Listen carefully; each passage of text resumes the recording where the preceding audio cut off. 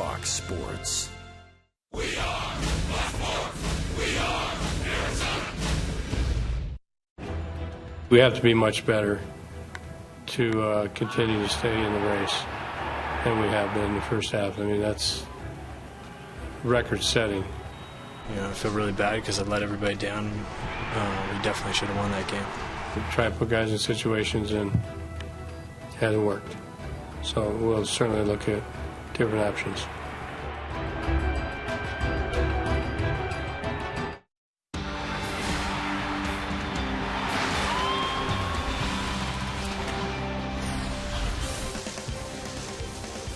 Arizona Diamondbacks baseball is on the air. The sun's shining. Diamondbacks still leading the NL West and welcoming in for 4 games before the All-Star break. The Milwaukee Brewers here at Chase Field. Kirk Gibson and company trying to regroup after getting swept at home by the Dodgers, and now the first of 4 against Milwaukee here tonight. On Fox Sports Arizona, updated National League West standings. Diamondbacks ahead of the Dodgers, the Rockies, the Padres, and the Giants as we begin the final weekend before the All-Star break in Major League Baseball. Good evening from Chase Field and welcome to the ballpark. Steve Berthiaume, Bob Brenly along the way. BB, the sun did, believe it or not, get up this morning. The world is still on its axis and the Diamondbacks are still leading the National League West, but there are some bullpen issues that need to be worked out. Big-time bullpen issues. We saw a little frustration from Kirk Gibson in his post-game comments last night for the first time this year. If you think back to spring training, there were a lot of question marks, had some injuries, had some guys we weren't quite sure what they were going to bring to the table. But one thing we were sure of,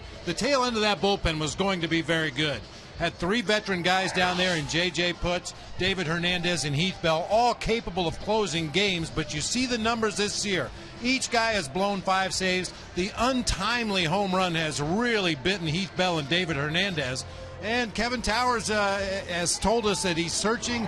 They're going to start from within first. They're going to play some matchups, see if that might settle that bullpen down a little bit. But if that doesn't remedy the situation, don't be surprised to see the D-backs go look for relief help. And don't forget also, a lot of those blown saves have led to comeback wins. The Diamondbacks in all those blown save games are still just 9-9, so it hasn't been a total disaster yet. And now we welcome in the Milwaukee Brewers here, Bob, for the first of 4 and a chance to feel a little bit better about things heading into the All-Star break. Yeah, you hope so. I mean, the Brewers have had a rough first half of the season. They've had a lot of key injuries to some very important people in their offense and their pitching staff for that matter as well. But they're a very aggressive team, bunch of free swingers. They lead the majors in stolen bases. They're a very exciting team. They just haven't won much in the first half. Yeah, they can run. They have some All-Stars, and they're here for 4 heading into the All-Star break. When we come back, we'll take a look at a guy whose name has been in the media a lot lately in terms of the trade deadline. Yolani Gallardo for Milwaukee, Wade Miley for Arizona. Diamondbacks baseball. First pitch coming up.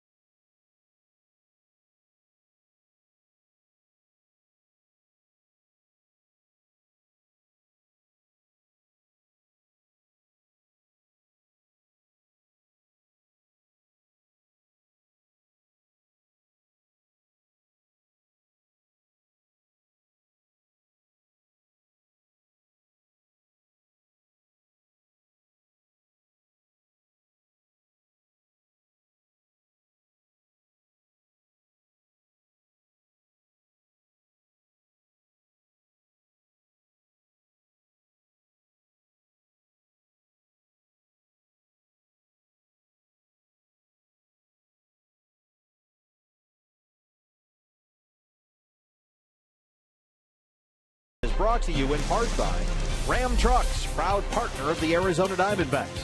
And by Gila River, another proud partner of the Arizona Diamondbacks. And we welcome you to Diamondbacks baseball here on Fox Sports Arizona. The final series before the All-Star break, and the Diamondbacks looking to finish strong. The first of 4 against the Milwaukee Brewers. Jody Jackson with you, and we've got a good pitching matchup for you here tonight. Wade Miley for the Diamondbacks. He's been very good of late. Maybe his best outing of the season was Saturday against the Rockies. 8 innings, just 1 run. Yovani Gallardo is a guy that has stymied the Diamondbacks offense over the years, but the good news is that he went 6 innings, gave up 4 runs, 9 hits back on April 7th when these two teams met at Miller Park. And so the Diamondbacks maybe with a little bit more confidence against a guy like Gallardo. Now, he's a name that has been out there, trade rumors, and the Diamondbacks have been rumored to be interested. But I talked with General Manager Kevin Towers today, and he's a guy that's pretty happy right now with his starting rotation. Take a listen. Delgado's thrown the ball well. Miley's been good of late. Corbin's been outstanding. Tyler, I think, has been very good. So I'm not as concerned probably as starting pitching and looking externally for starting pitching as much as trying to get our bullpen in order. That is our Geico quote of the game, to get that bullpen in order. Well, coming up, plenty of All-Stars on the field tonight. Segura, Gomez, Goldschmidt for the Diamondbacks. Stay with us. We've got the Brewers and the Diamondbacks matching up here on this Thursday night.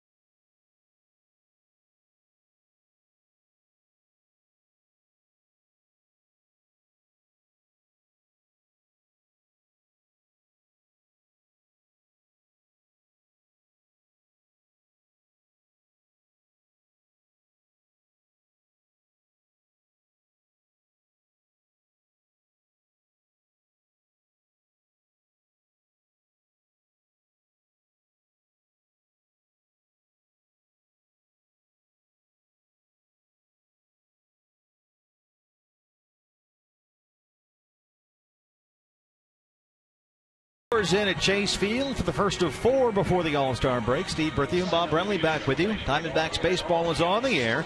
Ron Renicke's Milwaukee Brewers come in here. Well, struggling a bit, Bob, but they have some All-Stars in this lineup, and they can run. Yeah, they can run. They lead the majors in stolen bases. Ron Renicke very aggressive as a manager. Here's how they'll line them up tonight. Aoki at the top. Segura having an All-Star season, as is Carlos Gomez behind him.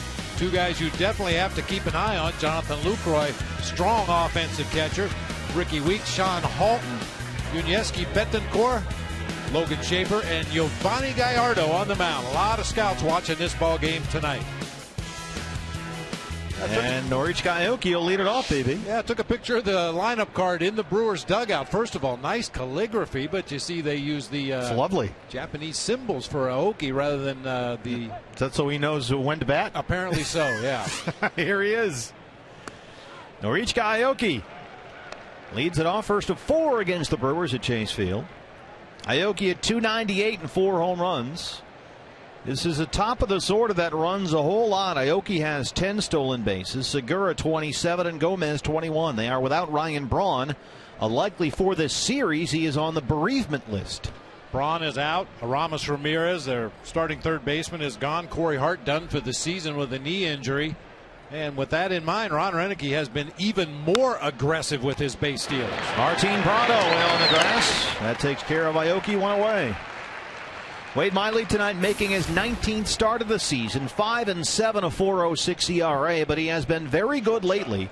He's given up only 3 earned runs in his last 20 2/3. Bob, we heard Kevin Towers earlier say that Miley has been much improved. Boy, as good as we've seen him last time out against Colorado Rockies, went 8 innings, gave up only 5 hits and 1 run in that game, just pounding the strike zone against that Rockies team.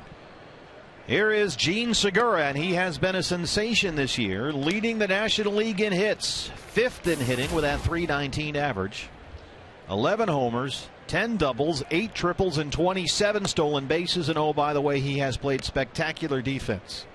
And what you can't give Segura time to do is extra time to reach base on an infield hit. This guy gets a tremendous amount of infield hits with great quickness up the line. This is a guy who will get base hits with his legs, and he leads the league.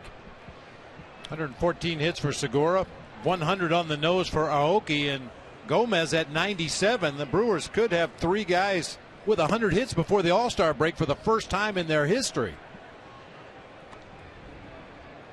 2-2. Dale Swaim, the Cubs manager, said just a few weeks ago, right now Segura is the best shortstop in the game, and he lines one down the left field line, takes the turn, and heads for second base. Jason Kubel picks it up in the corner. Segura stops there with his 11th double this year. Boy, he's had his foot on the gas since opening day, and he has not let up. Number 27. Gets to that slider before it has a chance to drop down toward that back foot. Keeps it fair down into the left field corner.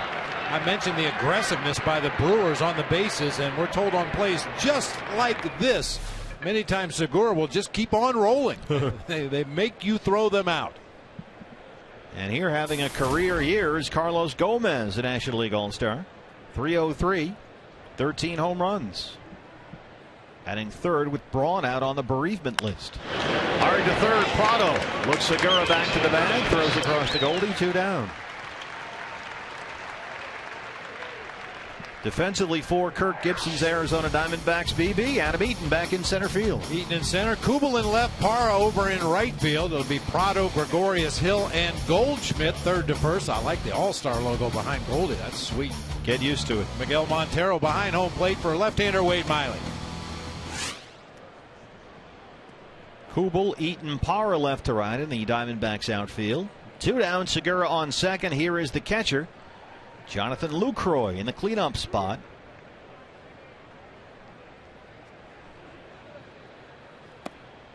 And this could be a good spot for him. 46 RBIs as a catcher this year. That leads the major leagues in RBIs from the catching position.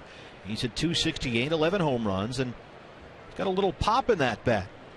Yeah, there are catchers in the majors having better statistical seasons than Jonathan Lucroy, but a lot of teams could do worse than him. He really swings the bat well. He comes through in key situations, kind of quietly hides down at the bottom of the order when they have all their pieces in place. Kind of picking up the scraps, if you will, after Ryan Braun and Aramis Ramirez and Corey Hart are done. He picks up whatever's left on base. Miley behind 2-0.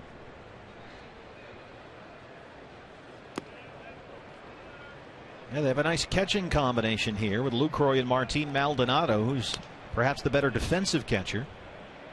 But Lucroy has a good bat. He's hit safely in 6 of his last 7 games. Last week he homered 3 straight games. In fact, he's got 5 home runs since June 20th. Batting cleanup tonight. Here's the 3-0.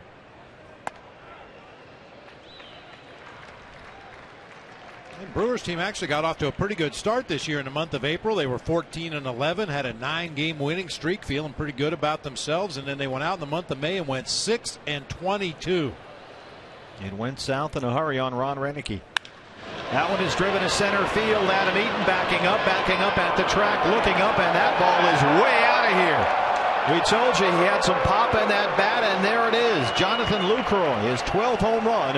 And just like that, it's 2-0 Milwaukee.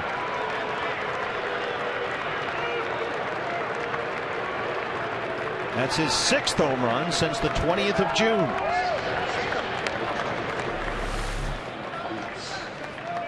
Center cut fastball to a good fastball hitter. Lucroy, not a big, strong guy, but he gets a lot of bat speed generated through that hitting zone. That ball's way out of here. 15th home run given up this year by Wade Miley. Ricky Weeks. Now, this is a big, strong guy, but he has problems making contact consistently. Last 14 games, he's hitting 188, and he has been up and down all season long. 227 on the year, 9 homers. In fact, it got so bad that they were platooning Ricky Weeks at second base. Adam Eaton didn't really get a good read on that one. Froze for a while. It drops in front. That's the 3rd hit in this inning against Wade Miley. First baseman, number 11, Sean Halton. Bob mentioned the issues they've had with Corey Hart. He's been out all year, never did recover from knee surgery he had at the end of last year, and now needs another procedure. They had Matt Gamble. He hurt himself virtually in the first hour of spring training, and so they have run through different first basemen. Yuniesky Betancourt plays a little first. They had Alex Gonzalez over there for a while. This is Sean Halton, and it has been all hands on deck at first base for the Brewers all year long. Halton at 229 with a home run. Made his major league debut not too long ago, June 27th. Big dude, 6'4", 260. From Fresno, California, 13th round pick by Milwaukee in 09. He is 3 for his last 17 with a home run.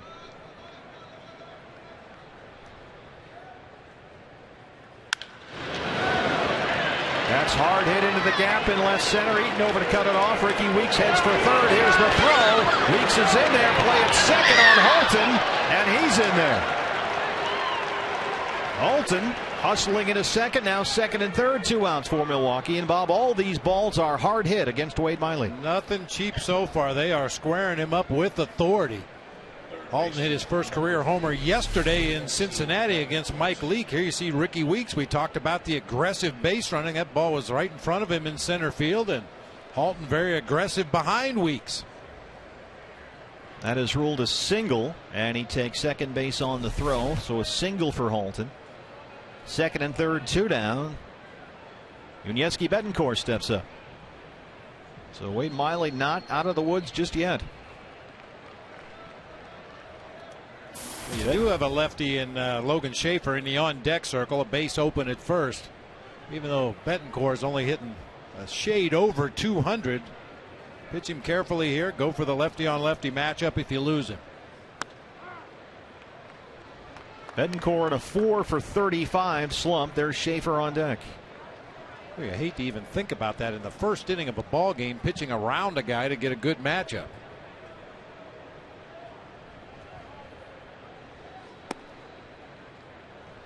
Four hits in the inning. This is uncharacteristic for Wade Miley. Usually it's later in the ball game when he has his problems. First time through the order, he's usually pretty solid, but then fourth inning he's had some issues this year, and later in the ball game he's had some issues.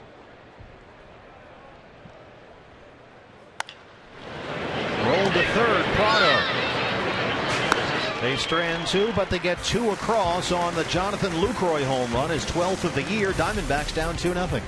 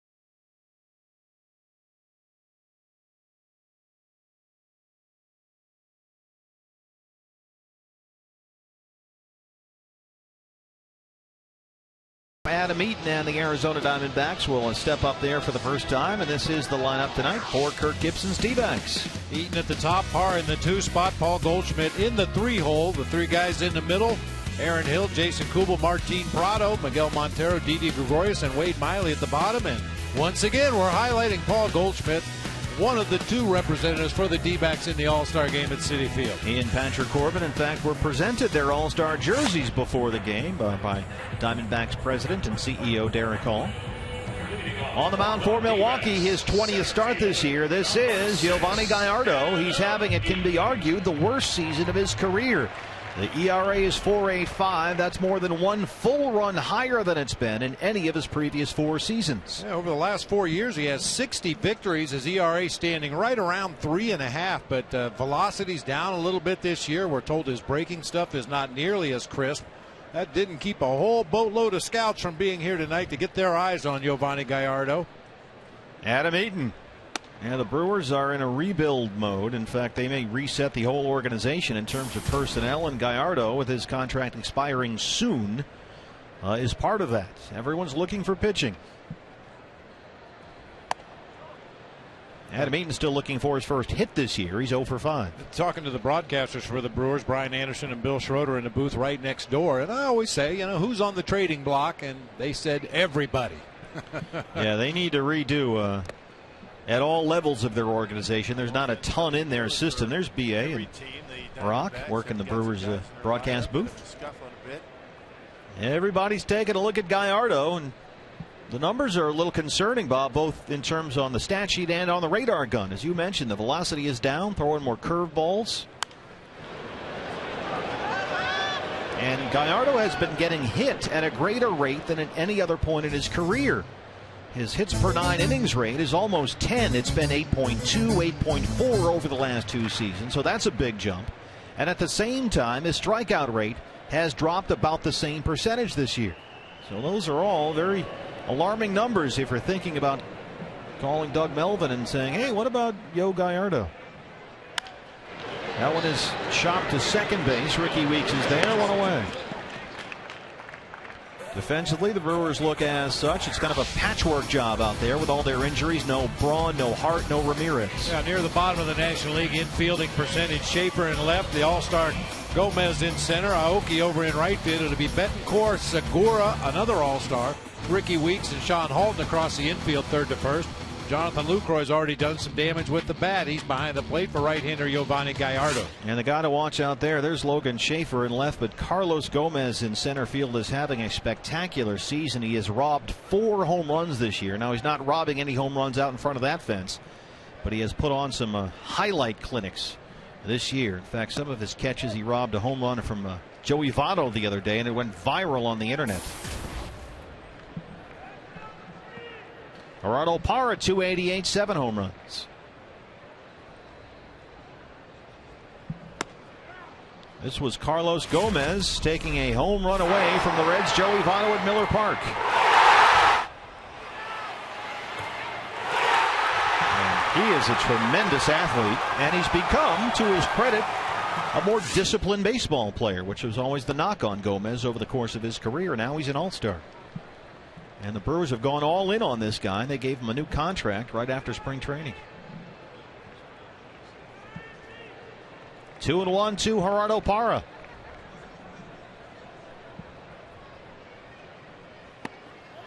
You know, partner, it's not unusual to see outfielders play very deep late in a close game. No doubles defense. Nori Aoki plays no doubles defense the entire ball game.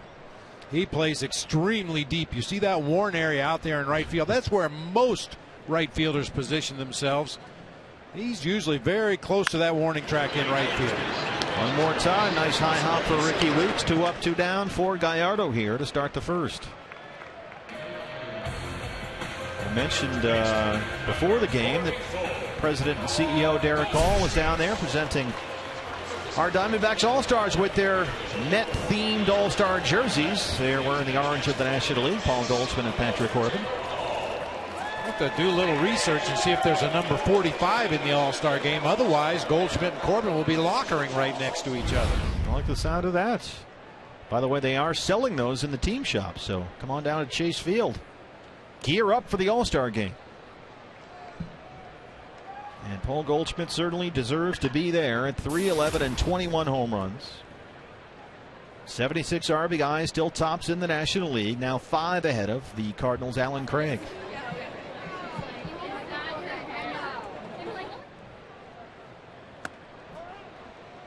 And Goldie is hot, 7-game hit streak. Not only that, he's got 5 multi-hit games during that 7-game hit streak. He's red hot, in fact. See, I see what you did there. Love it when it all ties together. Yeah, sometimes you can tell how an opposing pitcher is going to work you as a hitter by looking at the defense. Nori Aoki, we showed you out there in right field. He was playing directly behind that lighter patch out there in right field. He's moved way over toward the right field foul line, which tells me Gallardo's just going to try to stay away from Goldie throughout most of this at bat. So they anticipate the pitch will be down and away, and Goldie, as we know, can go get that pitch, and if he does, he's likely to hit it to where Aoki is standing, right? Yep. I mean, Ron Renicky, he's right out of that Mike Scioscia, Joe Madden school. You'll see some exaggerated pull shifts in this series. Well, during a 7-game hit streak, Goldie has 7 RBIs and 5 walks, and that's another good example of his plate discipline. He lays off that one. And during this hitting streak, his on-base percentage is .500, and now it's just gone up. So he's taking his walks, he's getting on base. And much easier to do with the return of Aaron Hill, and even though Eric Chavez is not in the lineup tonight, a couple of other bats in the lineup. I think maybe Goldie felt a little bit there for a while when he was expanding his own zone, like he had to do it all himself, but he's got some help in this lineup now. Aaron Hill lifts that one to center field. Gomez coming in. Giovanni Gallardo strands the 2-out walk. We're through 1, no score. Chase Field, pardon me, it's 2-0 Brewers.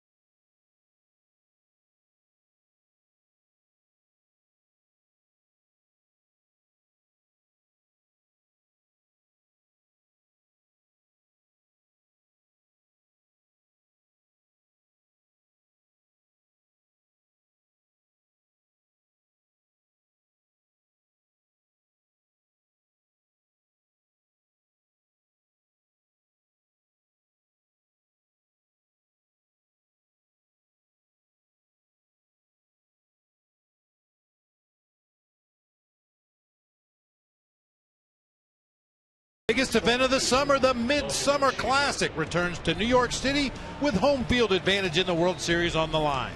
Live from New York, the Major League All-Star Game Tuesday, only on Fox. And Paul Goldschmidt will be there along with Patrick Corbin representing the Arizona Diamondbacks. 2-0 as we start the second. Schaefer, Gallardo, Aoki, 8, 9, and 1 against Wade Miley, who gave up Jonathan Lucroy's 12th home run of the year in the first inning. And that's how we got here. So far, 4 hits for the Brewers. One of them the 2-run shot by Lucroy. You know, partner, I'm not sure even of Goldie or Patrick Corbin's travel plans for the All-Star game. I'm sure there'll be other representatives from the Diamondbacks organization heading to New York, but it's not uncommon to take the guys from the team that happens to be in town right before the break. Carlos Gomez and Gene Segura may be flying to New York along with Patrick Corbin and Paul Goldschmidt. So you call up and somebody gets a plane, and yeah, just, you know, sometimes, like I said, if the organization has enough people going, sometimes they block seats on a commercial flight or they charter a private plane, but it's kind of a common courtesy to invite those from the team that happens to be in town right before the game to go along. Aaron Hill, one down in the second. Probably be a little easier with the Brewers in town than if the Dodgers were here.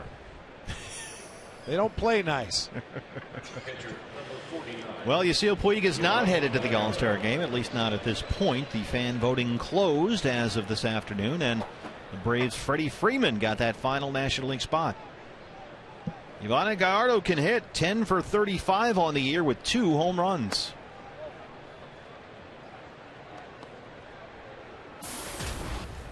He's got 2 homers, 2 doubles, 3 RBIs. Who was the best hitting pitcher you ever played with or against? Tell you, Rick Russell was a really good hitting pitcher. Vida Blue was a tremendous athlete. Best athlete I ever played with. There wasn't anything he couldn't do. Is that why you got to have Vida on the back of his shirt instead of Blue? Maybe so. I mean, Charlie Finley wanted him to change his name to True Blue. He nixed that very quickly. To go along with Blue Moon Odom. Yeah. But yeah, Vida, there were stories when he was a high school football player down in Louisiana, could throw a football 85 yards in the air. He was a scratch golfer. There really wasn't much he couldn't do. Speaking of All-Stars, used to see him in that game every year for a while.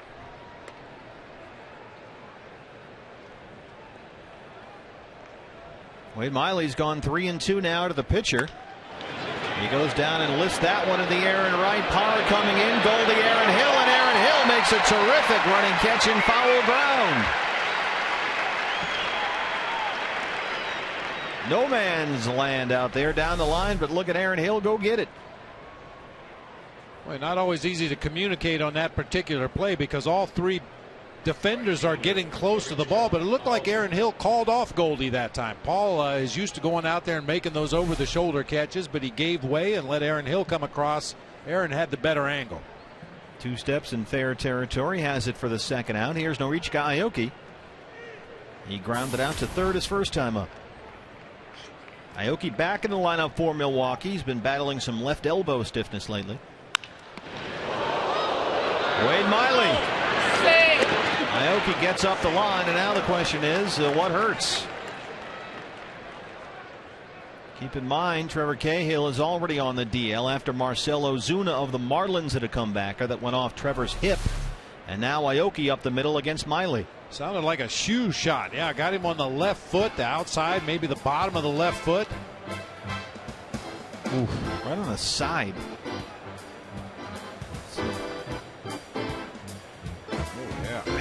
That's like he went down like a bowling pin. You could tell by the sound it hit him somewhere in the shoe. Kind of a plastic thud. Yeah.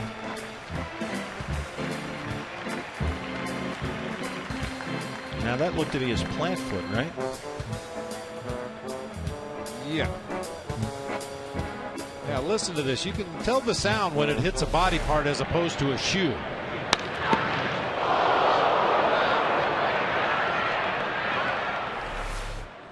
Boy, it's amazing how quickly that ball gets on top of him. No chance to get out of the way there. 5th hit for Milwaukee. Here's Gene Segura, doubled and scored his first time.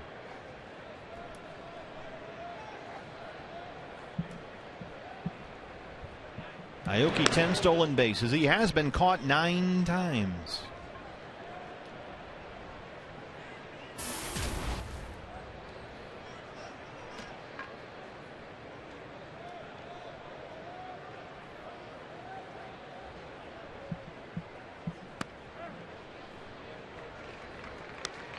Gene Segura's offensive pace has slowed just a bit. He was hitting .354 for the season at the end of May. But since June 1st, he's hit .270, so coming back down to earth a little bit. But still leading the National League in hits and 5th in batting average. Tell you what, partner, the Brewers have a whole bunch of WWs in their lineup. These guys don't want to walk. They want to swing the bats. Aoki's a guy who will take a walk. Ricky Weeks will strike out a lot, but he'll also take his walks. Everybody else is up there to hack. Segura's had only 15 walks so far this season in 88 ball games, over 350 at bats, walked 15 times. There goes Aoki. Here's the throw for Montero, and it's in time. Aoki thrown out, stealing for the 10th time this year, and that ends the inning. We'll go to the home half of the second at Chase Field. Brewers lead the Diamondbacks 2-0.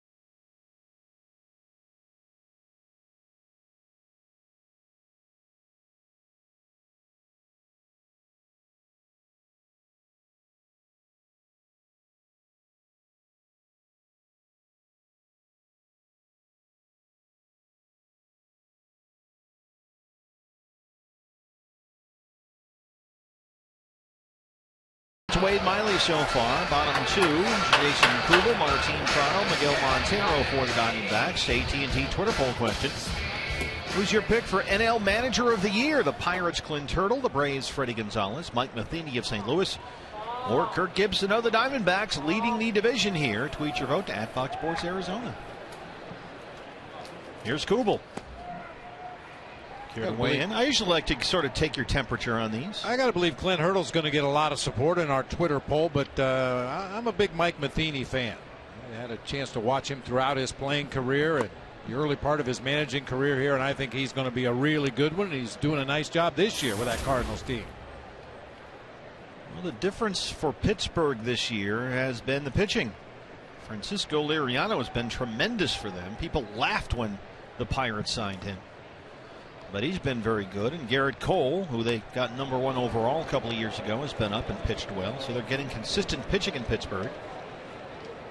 And some of those young guys are rounding into form, like you've already known about McCutchen, but Marte and some of the other guys. Pedro Alvarez been a little more consistent offensively this year. And don't forget Jason Grilli leading the National League in saves. That's been a great story. They traded their closer Joel Hanrahan to the Red Sox, and Grilli was the only guy. So, all right, you're the closer. Hanrahan blew out his arm in Boston. He's done for the year, and Grilli has been the best closer in the league, you might say. So Pittsburgh appears to be for real this time, I should say. Well, I'm going to withhold judgment because I thought they were for real last year, too. At least I thought they were going to get over 500 for the season, and they tailed off badly at the end. Those all-star jerseys are looking good. Get those in the team shop.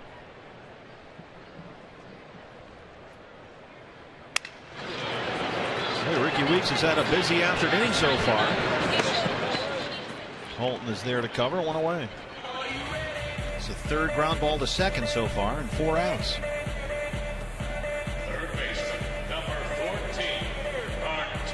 Well, these jerseys just got here today, BB, and these are moving off the shelves here. They're hot. National League All-Star Game coming up Tuesday on Fox. I can hear people at home saying, why orange? Well, that's one of the major colors of the New York Mets, who are hosting the All-Star Game this year. The home team kind of picks the color scheme of the uniforms. You'll remember last year in Kansas City, it was white and that Kansas City royal light blue everybody wore. Martin Prado.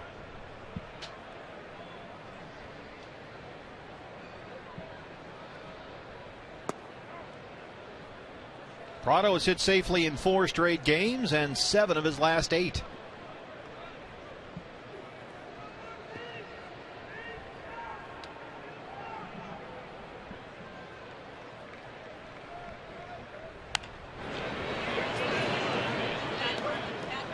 Every time the Diamondbacks player hits a home run this season, Fulton Homes will donate $150 to the Central Arizona Mountain Rescue Association.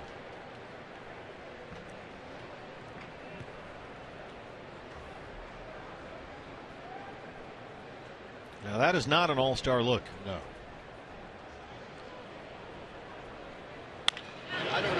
Ricky Weeks again. That's the 4th ground ball out to Ricky Weeks in 5 so far. Those wigs, or was that fungus growing on top of their heads? Dude. You wear it long enough, you're not quite sure. Yeah. It certainly looks like fungi. Yeah. A word I rarely get to use, but there it is. What is going on with Miguel Montero's walk-up music? I'm afraid to ask. We've had some people ask about that. It's an unusual choice. That was kind of Miggy's style, you know. He's out there a little bit. Upbeat, chatting away. Back in the lineup tonight. Got the day off yesterday. For the most part, came in late. And Miggy fighting it right now a bit. He's 2 for his last 20.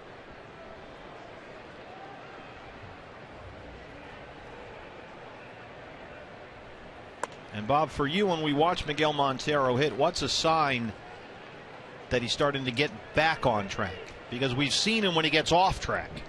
Taking some pitches, swinging at strikes. I think for any hitter, not just Miguel Montero, but any hitter, when you can narrow down your strike zone and only swing at pitches you can handle, that's usually when you see the numbers start to creep up there.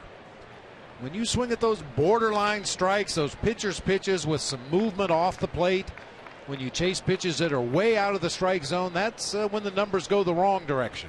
And we've seen Miggy take a few too many home run swings lately. He's ahead 3-0.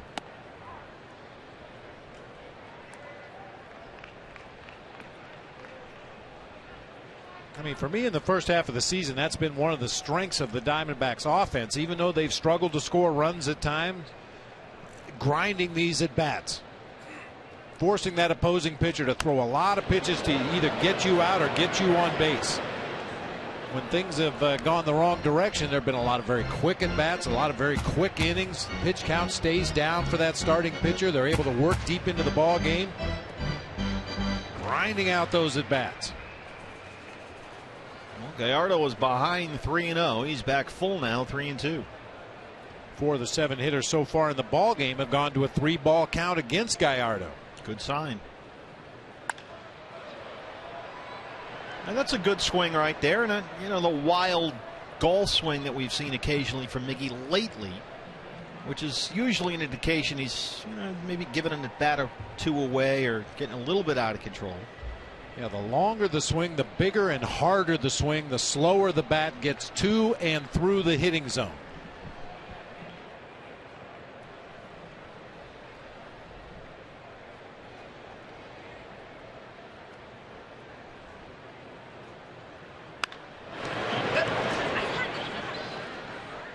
Yeah, not to mention if you can grind out some at bats, see 4, 5, 6, 7 pitches in that first at bat of the ball game, you've got yourself as good a scouting report moving forward as you can get. Force him to throw a lot of pitches, see everything he has, see that arm angle, see the release point. 8th pitch of the at bat on the way.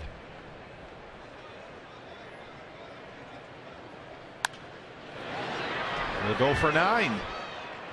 And this is a great sign for Miggy. Look at what the at-bat has turned into. It wasn't too long ago, even over the weekend, where Miggy was up there just kind of flailing away, taking some wild swings, having some quick at-bats, but he swung under control here.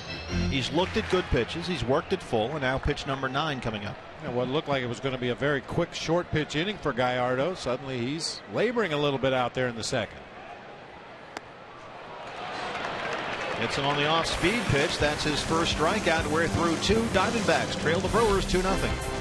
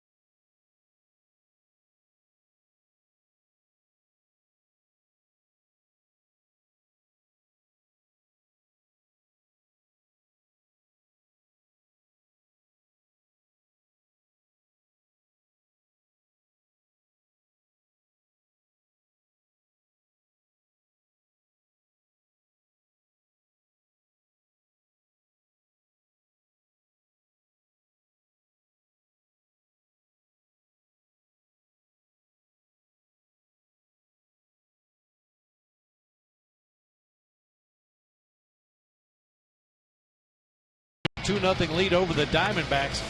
Nori Aoki hit that line drive back up the middle of the field against Wade Miley back in the second inning. The pitch came in at 90. It went back at 100.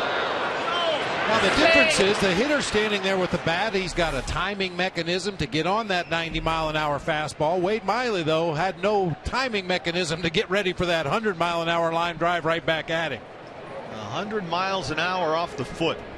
That can't be too much fun. Now the downside of throwing Aoki out trying to steal to end the top of the second is that Segura gets to start over up there, and he's leading the league in hits. And he's an all-star. Hey now. And the Brewers have needed him to pick up the offense, as we talked about, with all these injuries. Corey Hart was supposed to be back after off-season surgery on that right knee, and while he was rehabbing, they discovered he'll need surgery on the left knee. And then Matt Gamble was supposed to play first base for Hart. He tore an ACL. Aramis Ramirez in and out of the lineup all year with a bad left knee. Brings up Segura there. And of course they're without Ryan Braun, who's been out for a while with a thumb issue and is now on the bereavement list. So Segura and Gomez and Lucroy have been doing what they can to pick up the offensive slack. First strikeout for Miley, one down in the third.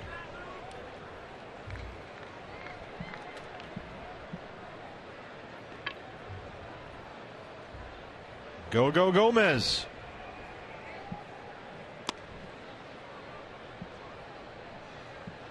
Another all-star at 3:03 coming into the game. Grounded out to third his first time up.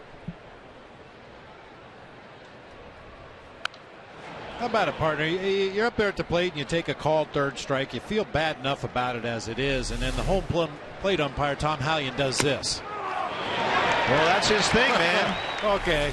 That's his signature. Mechanic, they call it. The umpire mechanic. Yeah. Don't show him up. But he I'm all right. spins around in a circle. That's a little fun. Come on, man. I'll tell you why I don't like it. I don't care if a guy has a personality and adds a little bit to the game. It actually happened in a ball game. He went into his exaggerated strike three call, and the catcher dropped the ball. That one is crushed and gone. Carlos Gomez. That got out of here in a hurry, his 14th, and this is Gomez's signature home run trot. He's got a lot of speed. 21 stolen bases, and he wastes no time getting around here. 3-0 Brewers. And the second home run given up tonight by Wade Miley. Yeah, with his speed, he gets on the plate before the ball lands. And that ball got out of here in a hurry. Wow. He put a charge on that one. Gomez with his 14th bomb of the season, leading this Brewers team.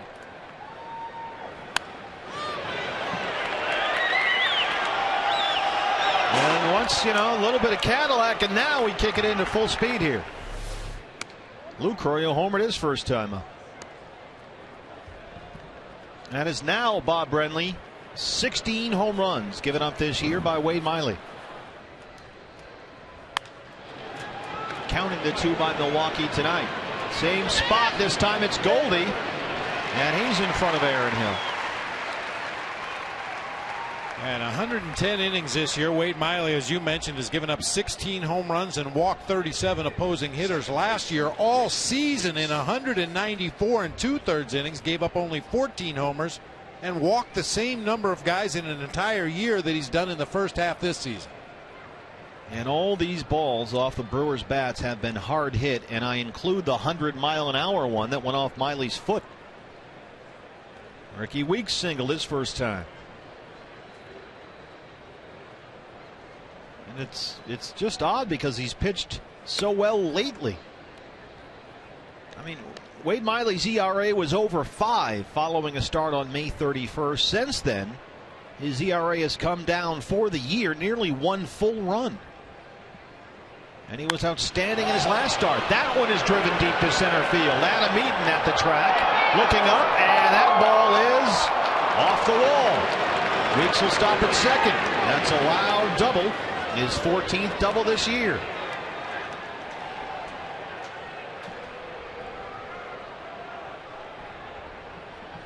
This is as much loud contact as we've seen against the Diamondbacks pitcher all season long. Narrowly misses the home run just by a matter of inches out there over that overhang. Hits the wall and ricochets back onto the field to play for a double for Ricky Weeks. 7 hits for Milwaukee. They lead at 3-0. Weeks at second with 2 down for Sean Halton. He singled his first time up. I mean, there have been some starts this year where you could kind of explain some of it away. A ground ball got through the infield, broken bat hit dropped in. They are squaring up Wade Miley every time they swing the bat.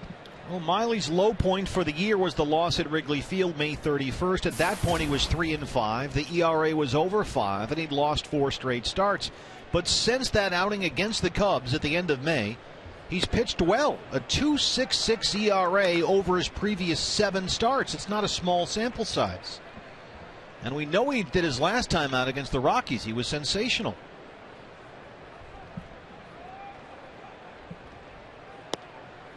In fact, in his previous 20 2/3 innings, he had given up only 3 earned runs. He's given up 3 earned here tonight. Last 3 starts, a 1.31 ERA. All signs had been pointing in the right direction for Wade.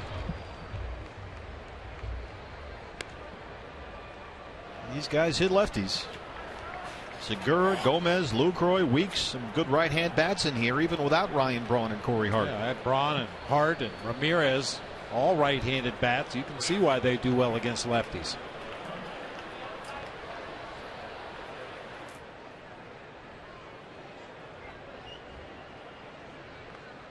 Another indication that this hasn't been Wade's night so far is where these balls are going. Not only, Bob, have they been hard hit, but they're all in the air. I mean, Wade Miley this year has been very effective at keeping the ball on the ground. He's 12th in the National League in ground ball percentage, just over 51%, which is a near 10% jump over last season when he won 16 games. And everything tonight has been in the air, line drives, fly balls. And extra base hits. We kind of laughed about it during that Dodgers series. They were singling the D-backs to death. Well, you take one of those now. Yeah, 4 extra base hits already in this game for the Brewers. Double by Segura, double by Weeks, home runs by Gomez and Lucroy. Didi Gregorius. They strand Weeks at second, but another run comes across on the Gomez home run. Bottom 3 on the way. Diamondbacks down 3-0.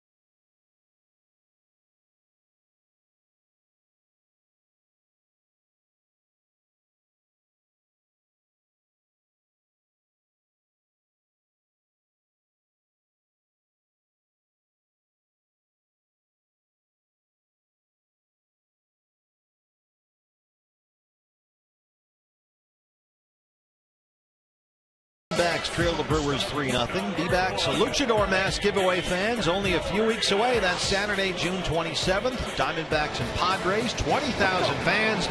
Get the Luchador mask. That's courtesy of Circle K and Univision, Arizona.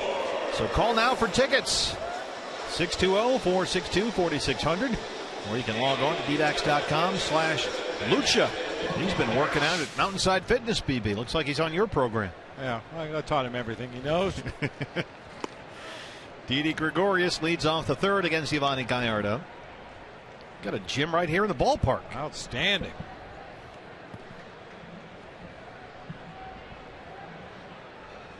There's also a Cold Stone right near it, so occasionally feel somewhat conflicted. I would never feel conflicted given those two choices. I came to 7 hits for the Brewers so far, 4 of them 4 extra bases. In their entire series against the Dodgers, LA had only 6 extra base hits. There's also the Fat Burger over there if you want to go for the pitchfork in the road. It's nice to have options. See, that's like oh, come on, man. That ain't right. You're doing crunchies while you're eating the Fat Burger. I'm on the Fat Burger workout program. It's grueling. Didi high in the air down the right field line. Will it stay fair? Aoki in the corner, and that one slices. Foul. Would have been a nice jump start. Didi showing off some of that pull power. Showed earlier in the year. Now 34 games, in fact, without a home run. His last homer, May 27th. That was right here at Chase Field against Texas. Goes the other way that time. Logan Schaefer's there. 1 out to open the third. The Brewers have some good speed in their outfield. Logan Schaefer's a real burner out there in left field. We know Carlos Gomez in center can pick him up and put him down. And Nori Aoki, even though he plays deep out there in right field, he charges the ball very hard. They cover a lot of ground. Wade Miley. And I'm telling you, BB, I was watching batting practice yesterday, and Wade was hitting them 8-10 rows up in the right field seats.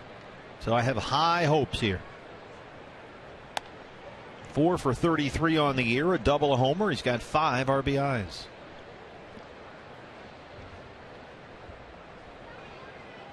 The batting practice rounds for the pitchers is essentially just home run derby. They do some bunting, but then they get up there and it's all right. Home run derby time.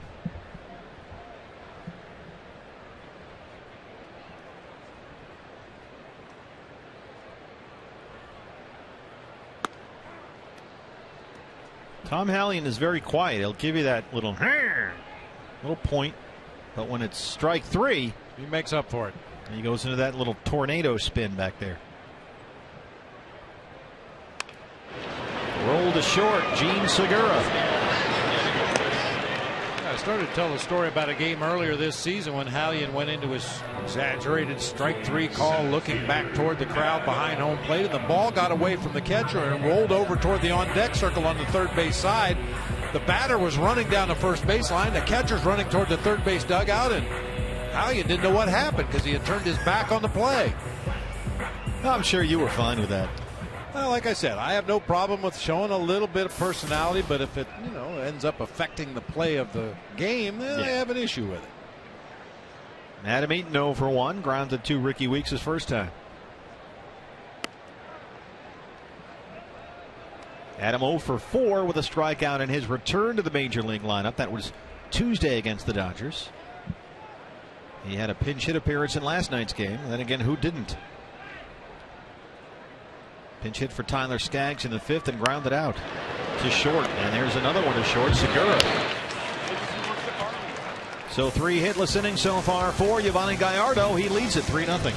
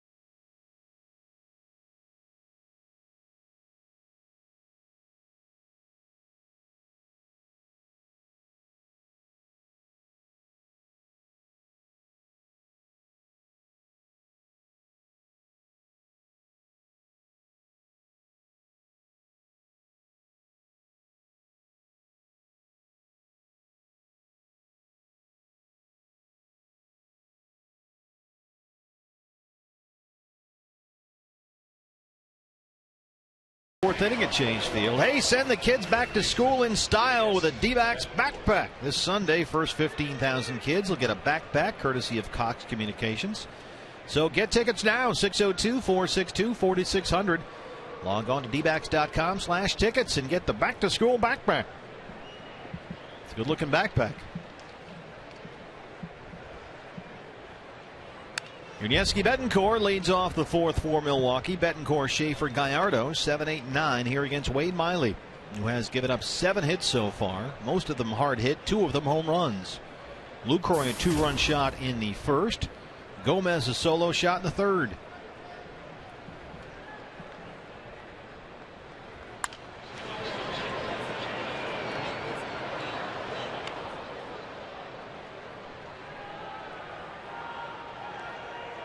Yuniesky Betancourt hasn't given Milwaukee much this season in terms of offense. 63 games as a starter. He's hit a .197. But he has given Ron Renicky real defensive flexibility. This guy's played first, third, second, left, and shortstop this year. If you have the ability to play multiple positions on the Brewers this year, you're going to get a lot of playing time. With all their injuries, they need guys that can do that. Up the middle, Didi Gregorius behind the bag. 1 away.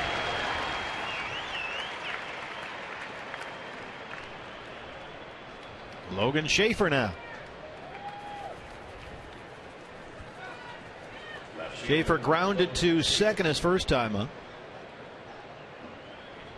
There you go. It's a selfie. Making goofy faces at the ballpark. It's what it's all about. Well, we were hoping they were making goofy faces. Finished taking a picture and they still hold that pose. You've got problems. Hard to second. Aaron Hill is there. Spins and throws. 2 down. Hey fans, we invite you to play Kachinko by signing up at one of the 16 interactive kiosks right here at Chase Field during any Arizona Diamondbacks regular season home game. The lady that participated tonight won an Aaron Hill game piece and coincidentally just had a grandson born last night named Aaron. And she got her game piece, as you saw there, landed on the Sanderson Ford slot, so she is a finalist for the new car. So that was a good run.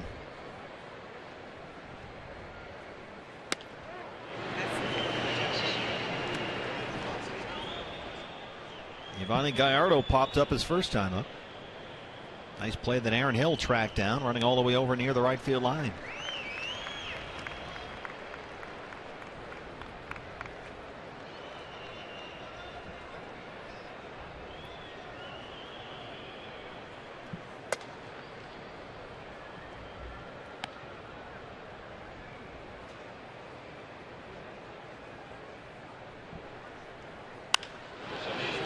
This guy can hit.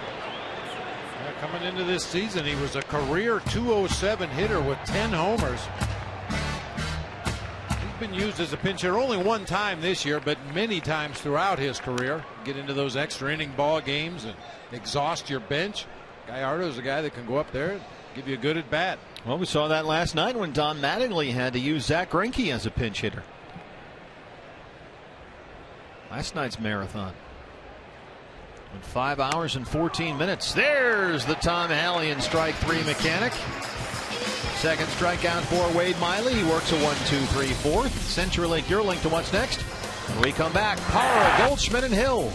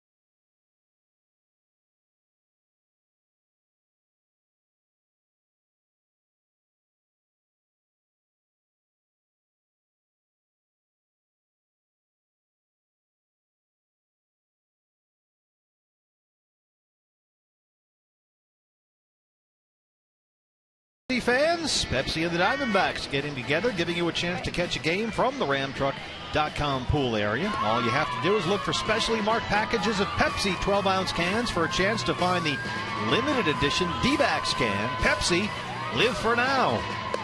Hang out at the pool before you go back to school using the back-to-school backpack. Yeah. See, it all ties together, baby.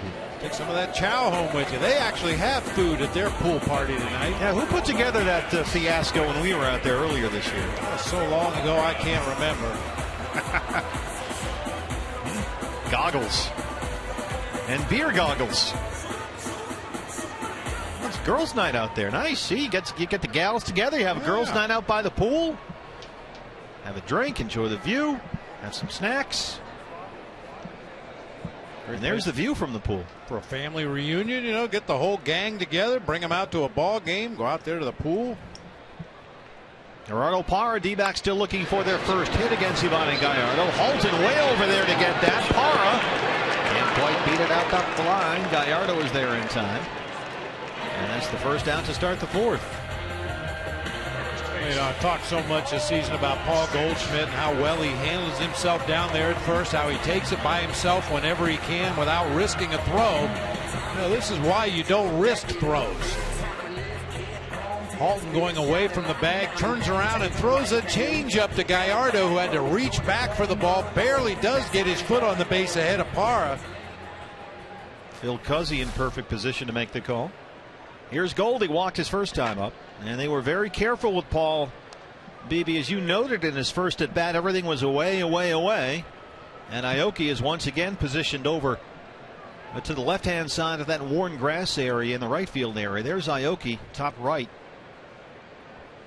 sort of flirting near the line there in case Paul does go the other way. Well, Gomez maybe just a couple of steps over toward the gap in right center, and Logan Schaefer in left field straight away and deep, but you can see Aoki cheating toward that line out there in right field. 2-0. Since June 17th, which was when the Diamondbacks returned from the road trip that went through LA and San Diego, that was the trip that included the brawl game at Dodger Stadium. Since then, Goldie hitting .341. Up the middle, and there's the Diamondbacks' first hit against Yvonne Gallardo. And Goldschmidt aboard for the second time tonight. A walk and a single. No surprise, Goldie now 4 for 4 lifetime against Gallardo. He walked his first at bat tonight. Whoa. All right, can we send Jody out there? It's one thing to misspell it. It's quite something else to just get it completely wrong. Well, he's a first-time All-Star. You know, once he's been to the All-Star game 2, 3, 4 times, you know, people start to catch on a little bit. There goes Goldie. And he's in there. That's the 9th stolen base for Paul Goldschmidt. He's 9 for 10 on the year. Hey, now you're an All-Star, Goldsmith. Huh? Goldsmith or Silver Schmidt.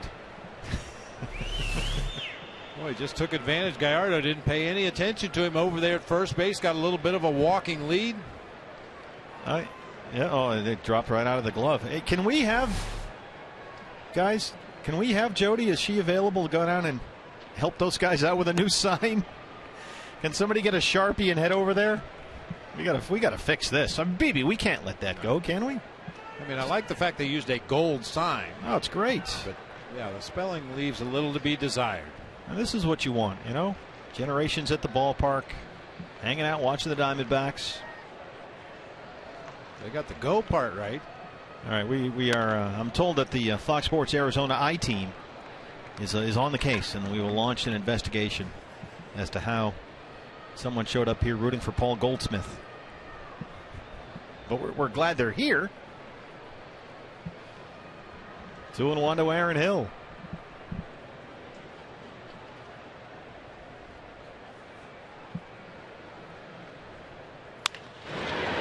Segura, they love his range. And you just saw why. This guy can really cover some ground over there at shortstop.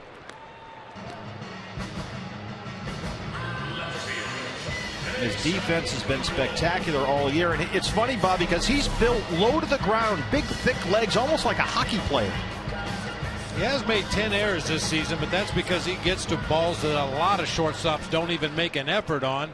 Thinks he can get everybody out at first base, and more often than not, he's right. He's got exceptional range and a great throwing arm. But he's not built like your shortstop prototype might be. Here's Jason Kubel. And the shift is on somewhat. Segura is almost directly behind the second base bag. Yeah, Ron Renneke is a huge advocate for the exaggerated pull shifts. They do a lot of study of the defensive charts and the spray charts. Where does a guy hit the ball depending on what pitch is being thrown? And then they try to put their defenders in the position where you're most likely to hit the ball. With the defense and the spraying and the whole thing. Jason Kubel grounded out his first time up. He's won for his last 15.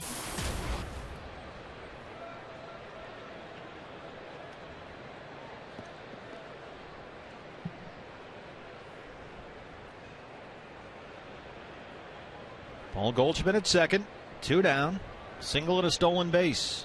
Brewers lead at 3-0 on home runs by Lucroy and Gomez.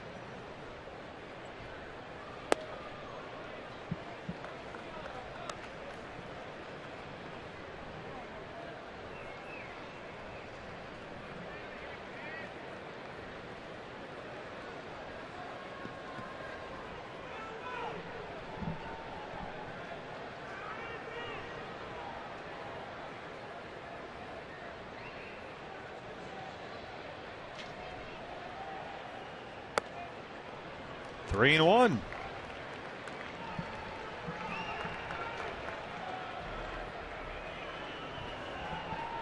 Martin Prado is on deck. Diamondbacks down 3-0. They've been out hit 7-1. But Goldie in scoring position with 2 down.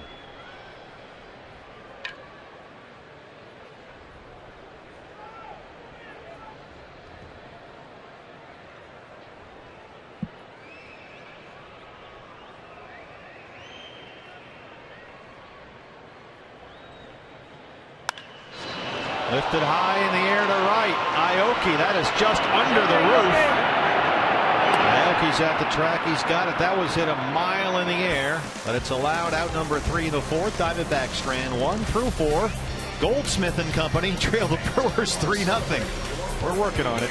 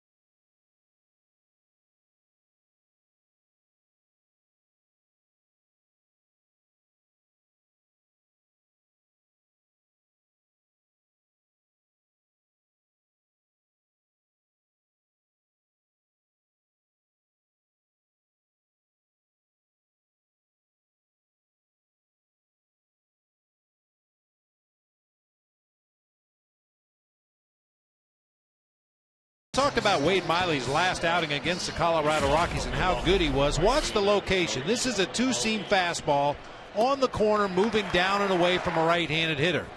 That's his slider. Down, moving down. The hitter just tops it to the left side of the infield. Tonight, however, the 2-seam fastball to Lucroy right in the middle of the plate with no movement.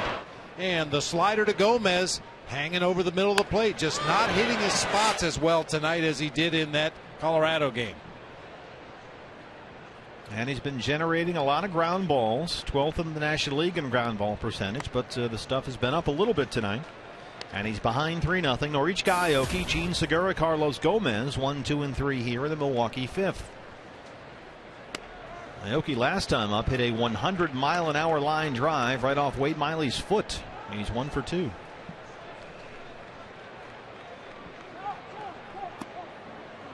Wait a minute. That shouldn't have been timeout there. Aoki was looking all over the place. He wasn't paying any attention to Wade Miley, who we know likes to work quickly. I don't even know if he requested timeout.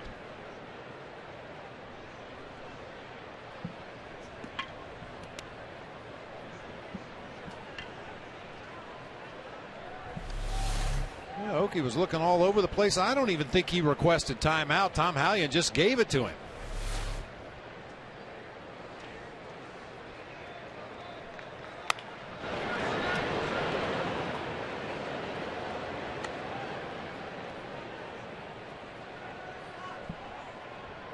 Aoki will flash occasional power. He had 10 home runs last year. He homered on opening day this season. But he's gone 51 games without a home run, and he's got that approach we see, Bob, here from a lot of Japanese hitters, sort of that running start, and then they just kind of slash at it. And if you happen to make a mistake from the middle of the plate in, especially on an off-speed pitch, that's a ball that he can pull hard into right field. Doesn't try to hit homers, doesn't expect to hit homers, but if you make mistakes on the inside part of the plate, occasionally he'll pull it right down that right field line. But this is a guy who does not strike out. Only 19 strikeouts in 378 plate appearances coming into the game. That's the best ratio in the major leagues. Rolls that one to second. Aaron Hill is there. 5 straight set down by Miley. 1 out to open the fifth. His hand split a little bit on the bat, choked way up off the knob of the bat. Yeah, you'll only see that from contact hitters. You'll never see a power hitter with his hand split that far apart on the bat. But Aoki's game, as you mentioned, is put the ball in play. You know, don't swing and miss.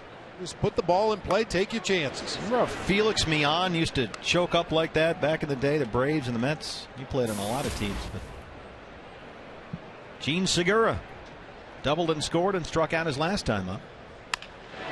Aaron Hill busy in this inning. Nice throw across his body. Boy, Segura gets up that line. 2 up, 2 down. Speaking of speed, here's Carlos Gomez. 21 home runs, or 21 stolen bases on the year. Now 14 home runs. This was Gomez in the third. If you're looking for reasons for optimism, Wade Miley, 5 of the last 6 outs he's gotten in this game have come via the ground ball. That maybe he's getting his pitches down there at the bottom of the zone where he wants them.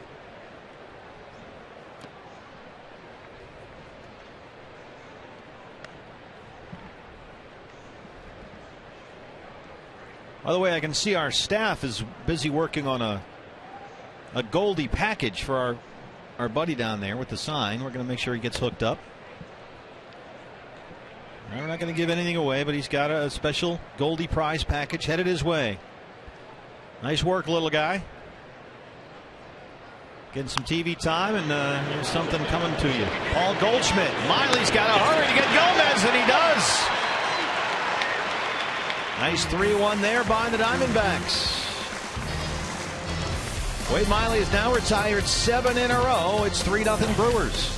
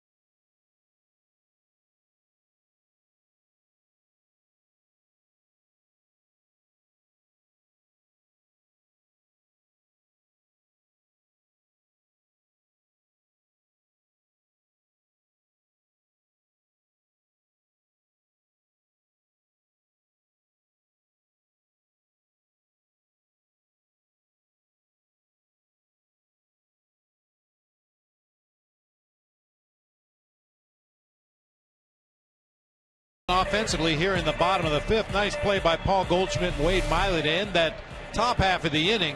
This is actually a pretty easy play for a first baseman because the pitcher's running right at you from that angle. So you just throw it as hard as you want, right at his chest, lead him right to that base. You don't have to worry about leading him like a quarterback leads a wide receiver. You just throw it right at his chest because he's coming right at you. Martin Prado coming right at Yovani Gallardo to open up the Diamondbacks portion of the fifth inning. They trail at 3-0. They've been out hit 7-1 so far. Paul Goldschmidt's single in the fourth. The only Diamondback hit against Yovani Gallardo, who has a long record, BB, of not being afraid of snakes. He's been a Diamondback thorn in the side here. 6-0, a 1.62 ERA in 8 career starts versus Arizona.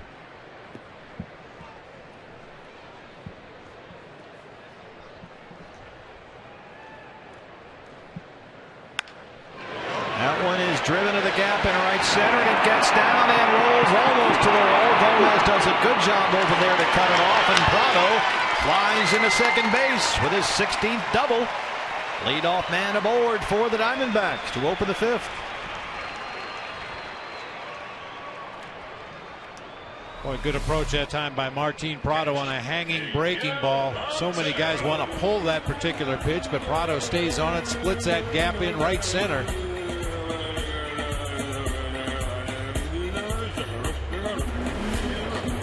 I mean, there were times in the past for Gallardo where he could get by an entire ball game just with fastballs and sliders. Show an occasional curveball to a left-handed hitter, show an occasional changeup, but this year really trying to mix it up a little bit more because he's lost some velocity on his fastball. Miguel Montero. Miggy struck out his first time up. Gallardo, a hot topic on the trade front with the non-waiver deadline looming. Cleveland Indians linked in some reports as having had trade discussions about Gallardo. Texas and the Diamondbacks have been reported as teams that might have an interest. It was reported 2 weeks ago that Gallardo has 10 teams on a no-trade list in his contract. So that sort of hit the wires the other day, or the interweb.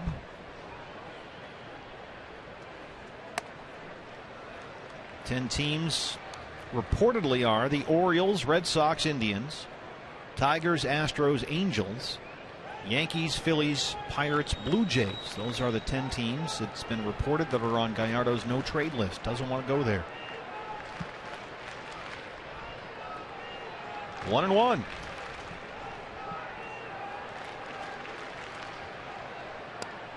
In terms of the money, if you're thinking, well, if a team is going to go after Gallardo, what's it going to cost? Well, he's playing on a 5-year, $30 million contract, making just under $8 million this year.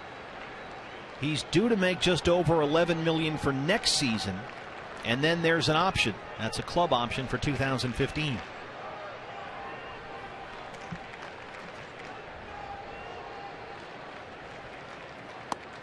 And as we saw earlier, there were a whole lot of scouts down there, Bob, with their guns and their notepads and the whole thing.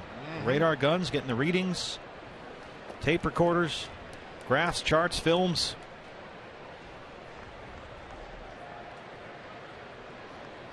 Here they are. And the gentleman in the dark blue shirt there in the front row, Chris Borges, scout for the San Diego Padres. Miggy. That drops down in front of Aoki. Prado had to hold up. Now he's in at third. First and third, nobody out. Miguel Montero. Well, we've documented how deep Aoki plays out there in right field, and this top spin liner against any other right fielder in the National League is probably caught. But because he's playing so deep, he gets a late break on that ball, comes in and blindly picks it off the grass out there in shallow right field. Diamondbacks have him on the corners with nobody out. And here's Didi Gregorius. Prado at third after his double. Montero at first, nobody out. Didi flying out to left his first time up.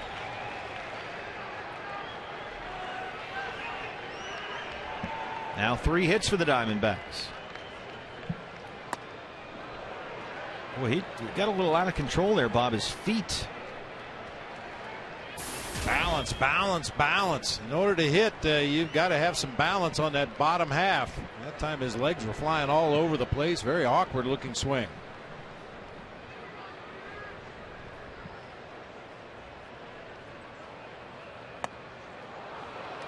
Boy, it's almost like he's flat-footed or something in this at bat. Almost like he's expecting something from the middle of the plate in, getting pitches from the middle of the plate away. And if you're looking middle in, don't swing at that pitch.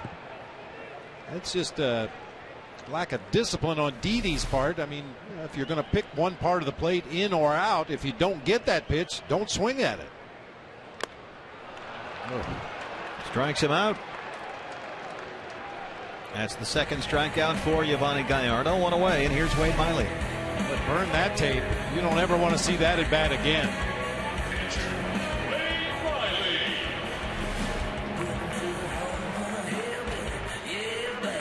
Miley grounded out to short his first time up, 0 for 1, 4 for 34 on the year with a double and a home run. Prado at third, Montero at first.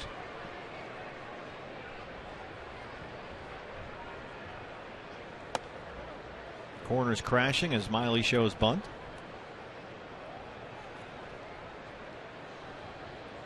Now, how about just a safety squeeze right here and get a run in? What do you think? Well, not the way the corners were charging that time. It's going to be very tough even get a sacrifice bunt down. And with Miggy running at first base, he's got a possibility of a double play if he bunts it hard right at one of the defenders. Bencourt charging in from third. Miley gets it down up the first base line. Alton has one play. Prado holds at third. Montero moves up 90 feet.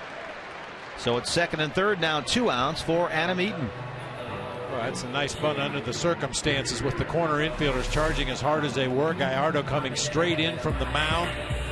Wade Miley puts it right down that first baseline. The only play that Alton has is to apply the tag to Miley, allow Miggy to move into scoring position for the top of the order. Well, this would be a great time for Adam Eaton's first base hit of the year. Making his second start this season, coming off the elbow injury. 0 for 2 so far tonight. He was 0 for 4 in his first start Tuesday against the Dodgers. Prado at third, Montero at second.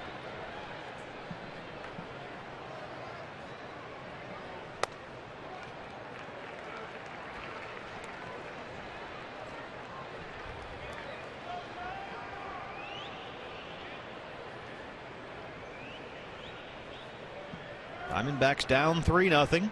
Jonathan Lucroy a 2-run home run. Carlos Gomez a solo shot for the Brewers.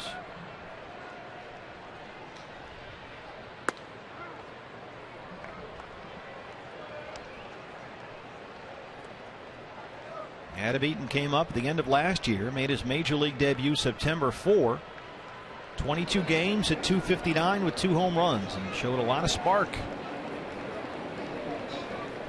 And he's here tonight finally in that role he was supposed to be in from day one. Center fielder and leadoff man. But things were derailed after that small tear in the ulnar collateral ligament in his left elbow in spring training. Shut down for 2 months. And then had a setback, more discomfort in the elbow. But finally he's back. Lifts that one out of play. It's 1-2.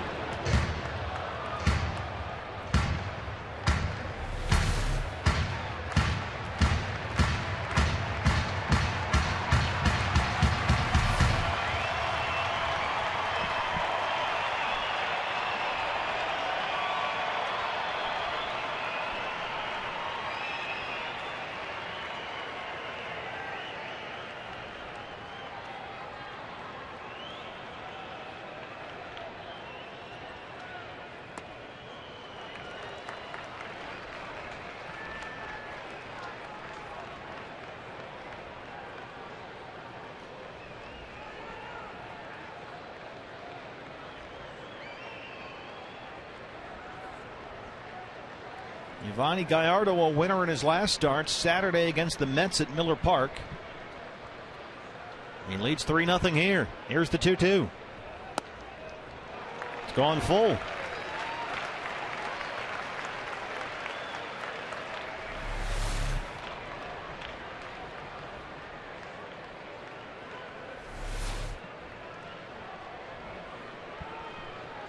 Gerardo Parra on deck.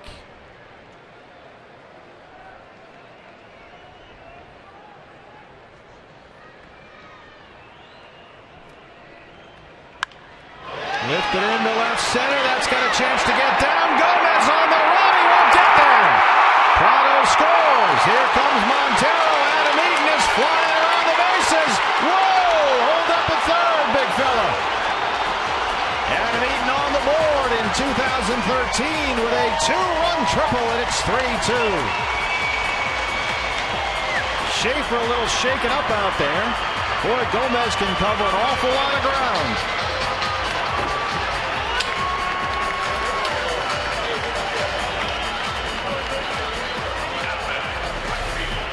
Boy, to call that a well-placed hit is an understatement. That ball was in the air a long time, and with the speed of those two outfielders, I'm surprised that neither one of them was able to get there.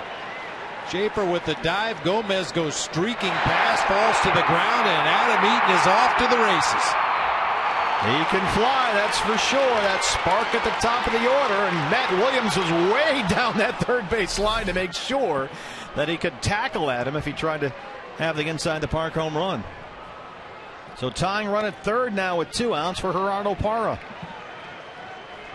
Well, we said it, perfect time to get his first hit of the season was right there, but a 2-run triple worked out really well. Look at Matt Williams. Come on. Now he's waving Montero up. Hold on.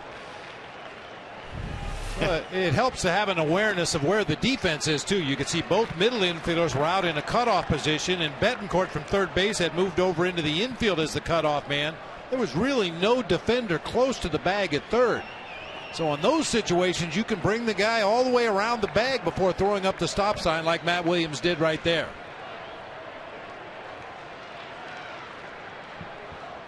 2-0 to Gerardo Parra. Tying run at third with 2 down.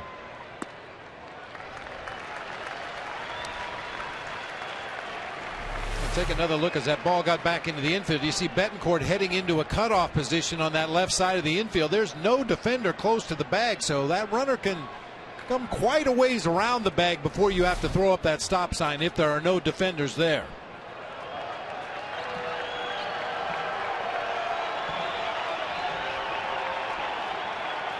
Gallardo steps off there with Eaton at third.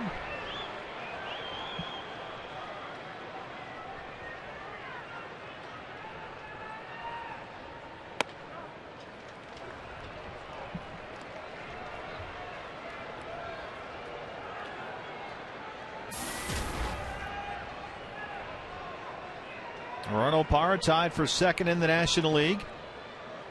Just one behind the Cardinals' Matt Carpenter for the league lead in doubles. 26.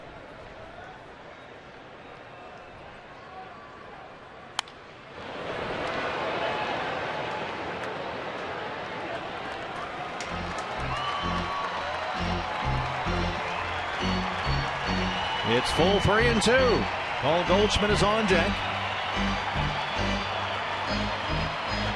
Park 1, Parra.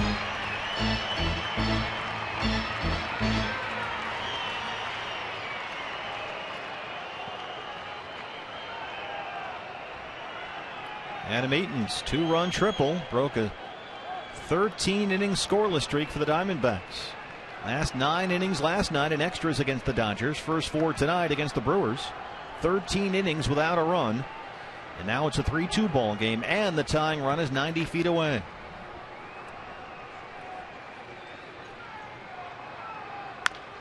Oh, right back to Gallardo. A little too casual over there, and Halton is on the bag.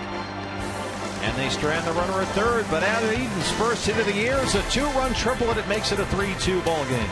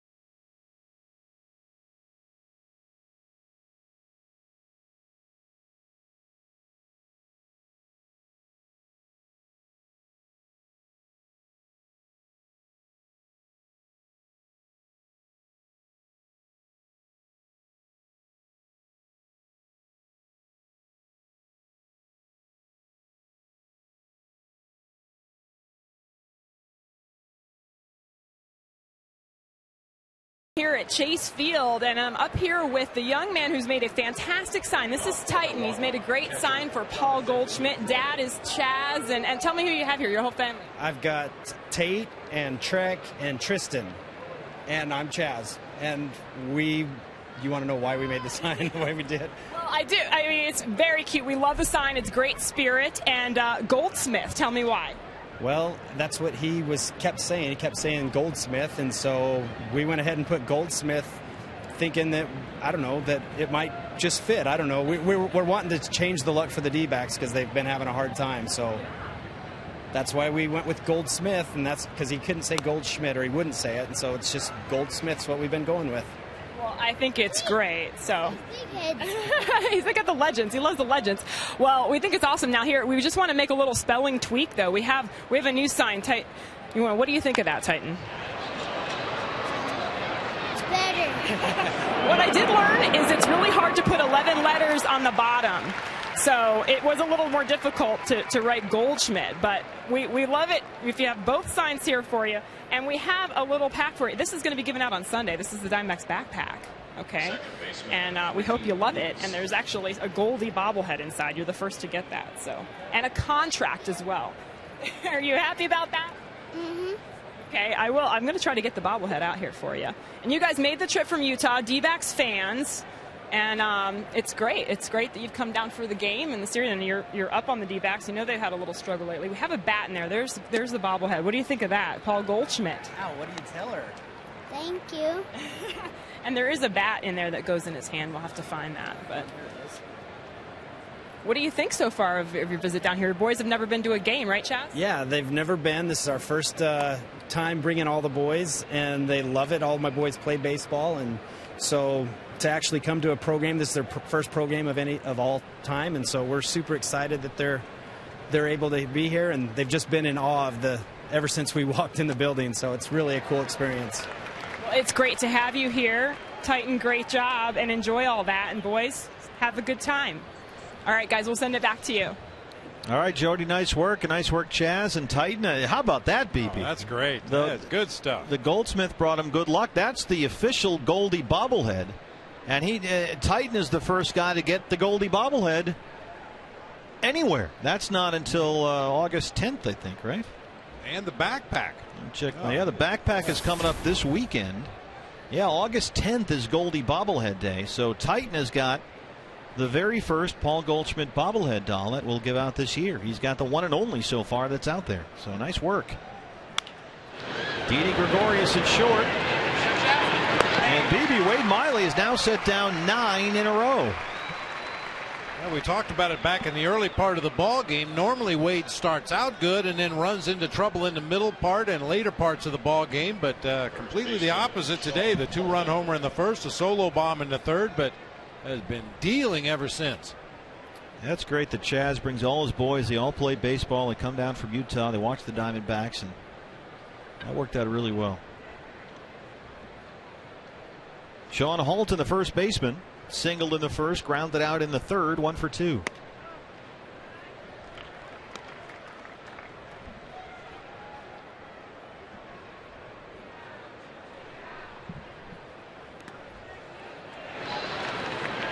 Yes, he went, says Phil Cuzzy at first.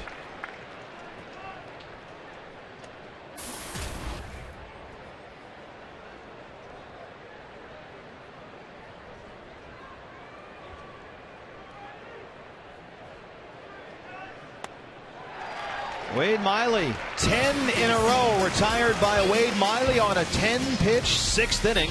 Bottom 6 coming up. CenturyLink, your link to what's next. Paul Goldschmidt, Aaron Hill, and Jason Kubel. When we come back, it's a 1-run ball game at Chase Field.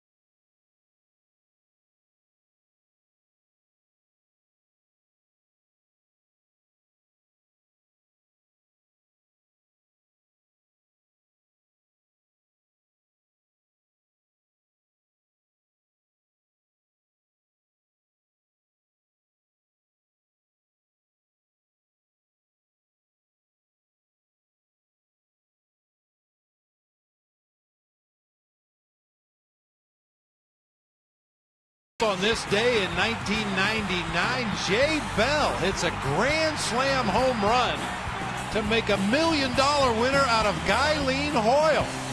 You not only had to pick the player, but you had to pick the inning, and then that player had to hit a grand slam in that inning in order to win the $1 million. It all came together on this day in 1999. Paul Goldschmidt will lead off the Arizona 6th against Yovani Gallardo. Brewers took a 3-0 lead. Lucroy a 2-run shot in the first. Gomez a solo homer in the third. Diamondbacks answered with 2 in the bottom of the 5th on Adam Eaton's first hit of the season, a 2-run triple. And that's where we are, 3-2, home half of the 6th. In the meantime, after a very rocky start, Wade Miley has looked tremendous lately. He's retired the last 10 he's faced. 7 hits for the Brewers, 4 for the Diamondbacks. Goldie's been on base twice so far, a walk and a single.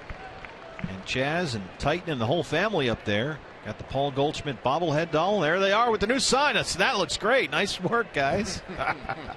That's tremendous. And they are proud owners of the very first, one and only right now, Paul Goldschmidt bobblehead doll. That's a hot item, too. And there they are, the whole family. Paul Goldschmidt bobblehead day at Chase Field, August 10th. And the only guy out there that has one right now is little Titan out there with his new sign.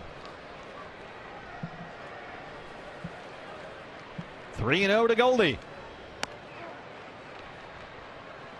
BB, you never know what's going to happen to you when you come down to Chase Field. Great example. You could win $1 million. You could get the one and only Goldie bobblehead doll. This is a place where things happen. I was just thinking that, first time they've been to a professional game and on television, they get a Goldie bobblehead doll. Goldie hits a home run for him. Oh, nice. Oh, darn. We're trying. I see what you did there. Gallardo about to throw his 90th pitch of the game. So far, 51 for strikes of his 89.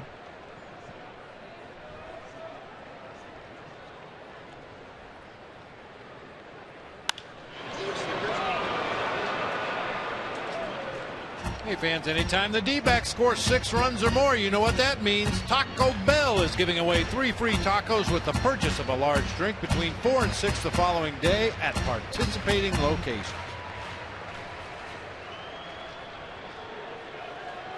3-2 to Paul Goldschmidt.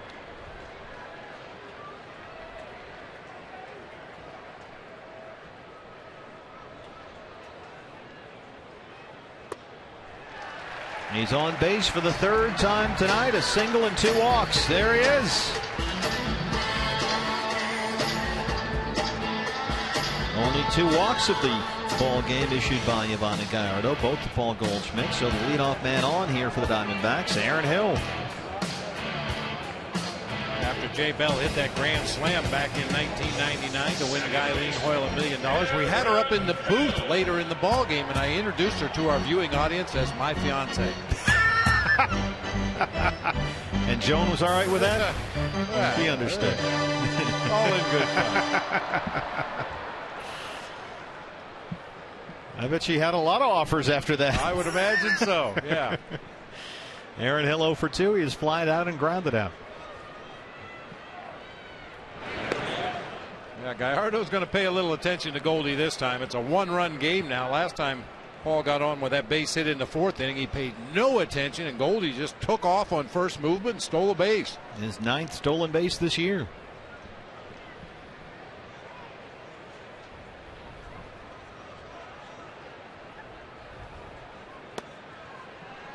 Aaron Hill batting .305 since his return from the DL.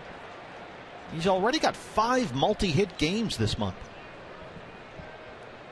When you look at him in the lineup every day, you just think, how did they stay in first place without this guy? He's so valuable.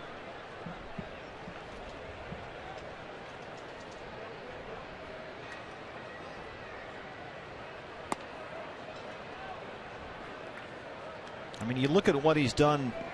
16 games since he's come back from that fractured hand, and you see the pad on top of Aaron's left batting glove right there, that thick pad to protect that fracture. 16 games back, 9 RBIs, 13 runs scored.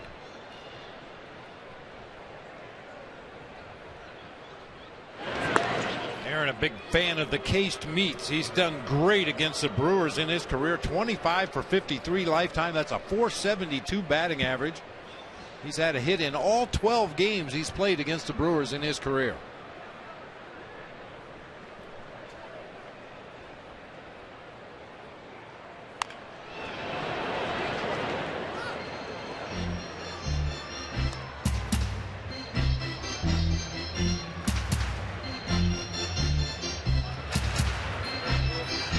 Martin Prado trying to contain himself down there.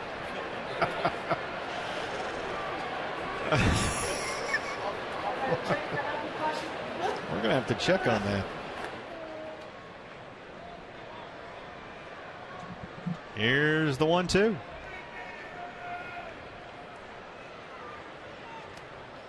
It gets by Lucroy. Goldie moves up. Tying run in scoring position with nobody out here in the 6th. Now here's what happened on the foul ball in the dugout, and watch Martin Prado.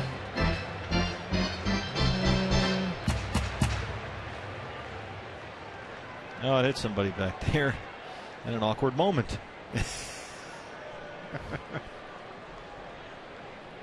That's a violation of dugout protocol. If you stick your hand out there, you got to at least knock it down. You can't move your hand out of the way and expose those guys behind you in the dugout. 2-2. Went down and got it up the middle. Ricky Weeks well over there on the shortstop side of the bag, throws Hill out. Goldie advances to third. Hey fans, the search is on for an Arizona sports fan to join Mallory and Danielle as the next Fox Sports Arizona girl. Could be you. Log on to girls.foxsportsarizona.com and upload your photos and submit your video, and you can become the next Fox Sports Arizona girl. Cameras are panning the audience just to look at potential nominees. Nice D-backs hat. See, there you go. That'll help.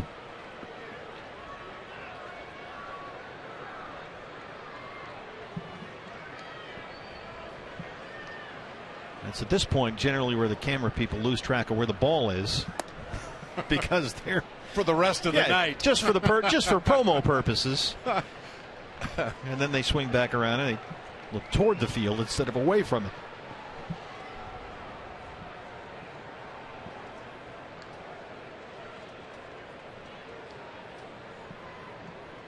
Tying run at third, one away. Jason Kubel.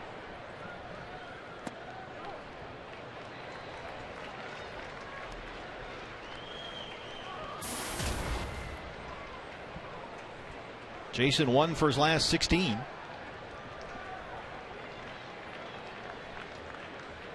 Even with the infield playing in, the Brewers using a little bit of a pull shift. Segura straight up the middle of the field, almost directly behind Giovanni Gallardo, who's a good fielder. Kubel lifts that one high in the air.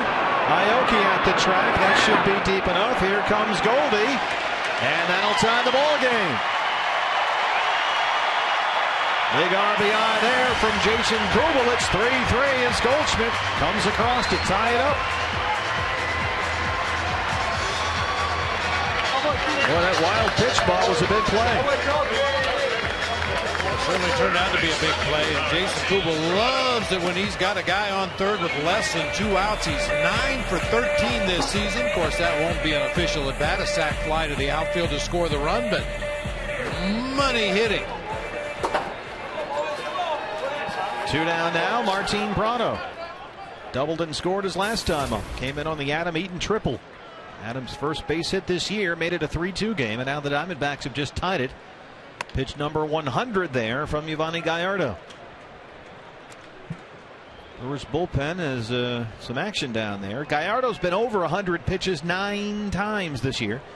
His high for the season 112. That was May 31st in a win at Philadelphia.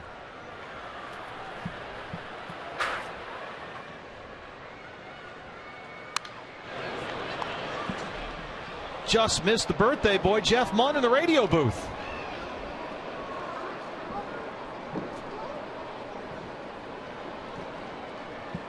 on his birthday today, and he almost got a souvenir hit right in front of him. You got to charge that ball. I was trying to get you one up there. Gonzo, by the way, BB, I don't know if we can pan over Gonzo on the radio call as I try to direct the show from the booth. I'm sure Mitch appreciates that. We got Gonzo in the radio booth. Leo Gilmartin there, overseeing as he does. Let's pan to the right and take a look at the Gub. And in a stunning turn of events, he is not tweeting. Well, these last 4 ball games, but they have managed to. He will be. He'll wait until between pitches. He has been, and he will be. Taxi cabs, 1 and 2.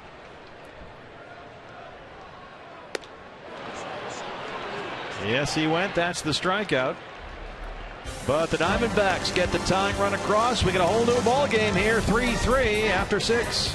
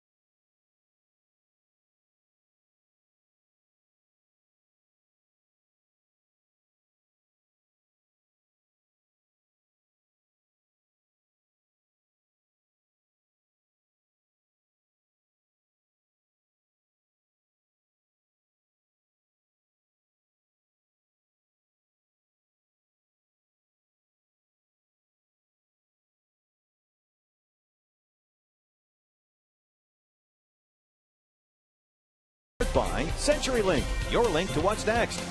By Mazda, we believe if it's not worth driving, it's not worth building. And by Jack in the Box, go big at a Jack in the Box near you with Jack's new Big Stack Burger. Well, the ebb and flow of a Major League Baseball game. Early on, Wade Miley was getting hit and hit hard. 2 home runs in the first 3 innings. Since then, he has retired 10 in a row. And the Diamondbacks have come up with 3 runs to tie. That last run in the 6th, Bob, was scored without a base hit. Talk about manufacturing a run, a leadoff walk, a wild pitch, a ground out to second to move him up to third, the sac fly by Kubel. Yuniesky Betancourt leads off the 7th, 10 in a row set down by Wade Miley.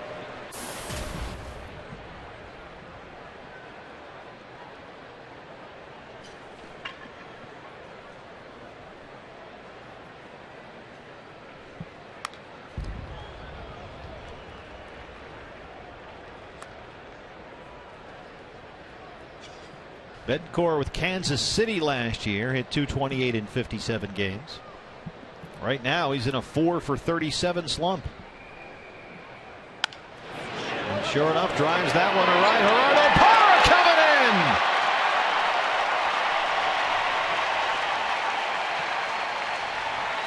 in. Diamondback defense, best in baseball.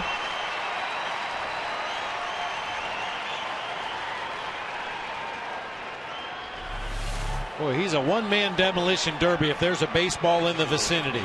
He just refuses to quit on anything. That's a tough sinking line drive right in front of him. Gets his glove underneath that ball and then tumbles to the turf out there in right field. Boy, his body has taken a beating this season diving for balls.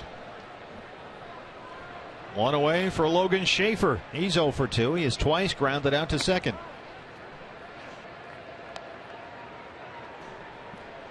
Schaefer's hit in 3 straight and 7 of his last 9, batting .294 over that stretch. And this is a guy that's been hitting a little bit lately. 4 doubles, a triple, and a home run in his last 9 games.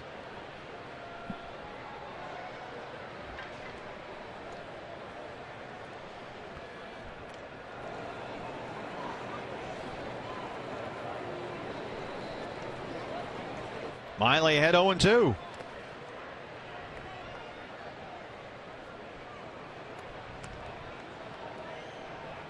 Logan Schaefer, born in San Jose, went to Cal Poly San Luis Obispo. Third-round pick by the Brew Crew in the 08 draft.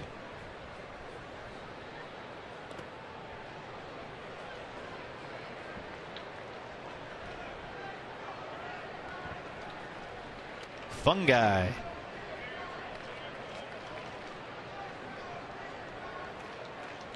That could catch on. Certainly hope not. 2-2. Went down and got it, lifts it to center. Adam Eaton's there. Wade Miley, Bob, has set down 12 in a row. Boy, and what a difference from the early part of the ball game. We showed you early on mistakes in the middle of the plate. Jonathan Lucroy with a 2-run bomb. Carlos Gomez with a solo homer on a hanging slider. But since then, getting the ball down, getting those ground balls, that's when he's at his best. A little movement away from the right-handed hitter, another ground ball. When he keeps it down there at the knees with just a little bit of movement, he gets those grounders. And of those 12 straight set down by Miley, only 2 have come by strikeout, so he's pitching to contact here. Yovani Gallardo's night will end. Jeff Bianchi is the pinch hitter. 12 in a row set down by Miley, and now Renicky sends up Bianchi to hit for Gallardo. He rolls one a second. Aaron Hill is there, and Wade Miley has retired 13 straight Milwaukee Brewers. It's a 3-3 ball game at Chase.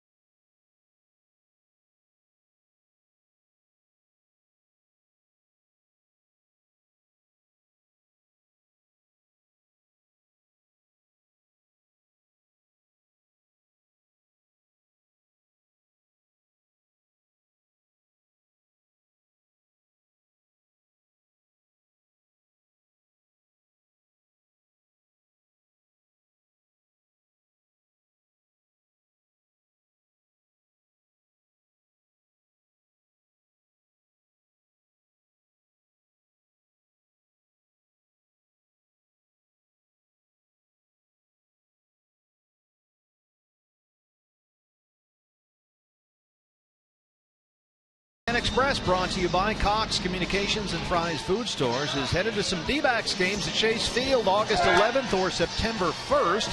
And you can get on board. Stop by this month's participating Fry store in Globe or Cox retail store in Tucson, and you can enter to win 2 seats on the Fan Express bus. It's got Goldie on the side. It's red. The whole thing. You get on board. Joe Borowski, maybe. You never know. He pops up in the booth. He's out there in center field, and here he is. How about Wade Miley? What changed so suddenly for him?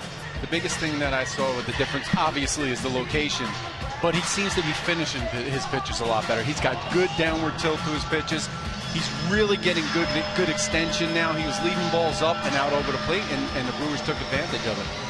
He's retired 13 in a row now, and it's a 3-3 ball game in the home half of the 7th. We saw Ron Renicky hit for Yovani Gallardo. And the Axeman cometh, the, once and former and future closer is on there. It's hard to keep track with Milwaukee. This is John Axford, who not too long ago was one of the best closers in baseball, but it's been a struggle ever since. A little different look for John Axford. Shaved his beard off. He's still got a little bit of mustache work in there. Cut his hair. Didn't even recognize him down on the field before the ball game today.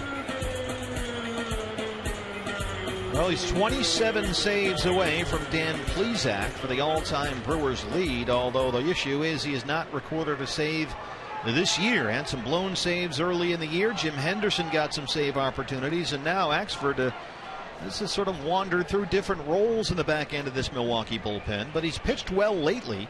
He is unscored upon in 25 of his last 26 appearances. He's got a .40 ERA over that span. And so he's been much better lately. He'll face Miguel Montero, Didi Gregorius, and the pitcher spot here in the 7th. Joe, what do you think about, we talked a little bit about the trade deadline and all that coming up at the end of this month, the non-waiver trade deadline. If you were a GM and you saw Gallardo tonight, would you make a call? What would be your interest? I think there's no doubt with how good of a pitcher Gallardo is. And if you're in need of a frontline starter, he would definitely be in your discussions as one of the first guys you're thinking about.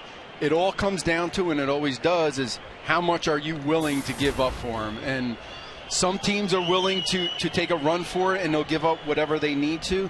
Other teams aren't always that willing to give up too much of the farm for somebody they might not have long term. You heard Kevin Towers earlier today say he likes the way the rotation is pitched lately. He likes some of the young guys. He mentioned Wade Miley, in fact, as a guy that's been better lately. He said the bullpen needs to be the priority this year. What do you think? I think so. I think that's a glaring deficiency for the Diamondbacks right now. It's just the inconsistencies down there. They can't get somebody who they can just lock in that 9th inning role and just say, all right, let's place everybody else around it. And right now they're going to go with maybe whoever's the hot hand is going to get those looks right now, is what it sounds like they're going to go with. So it'll be interesting to see how they play it out. The bullpen by committee.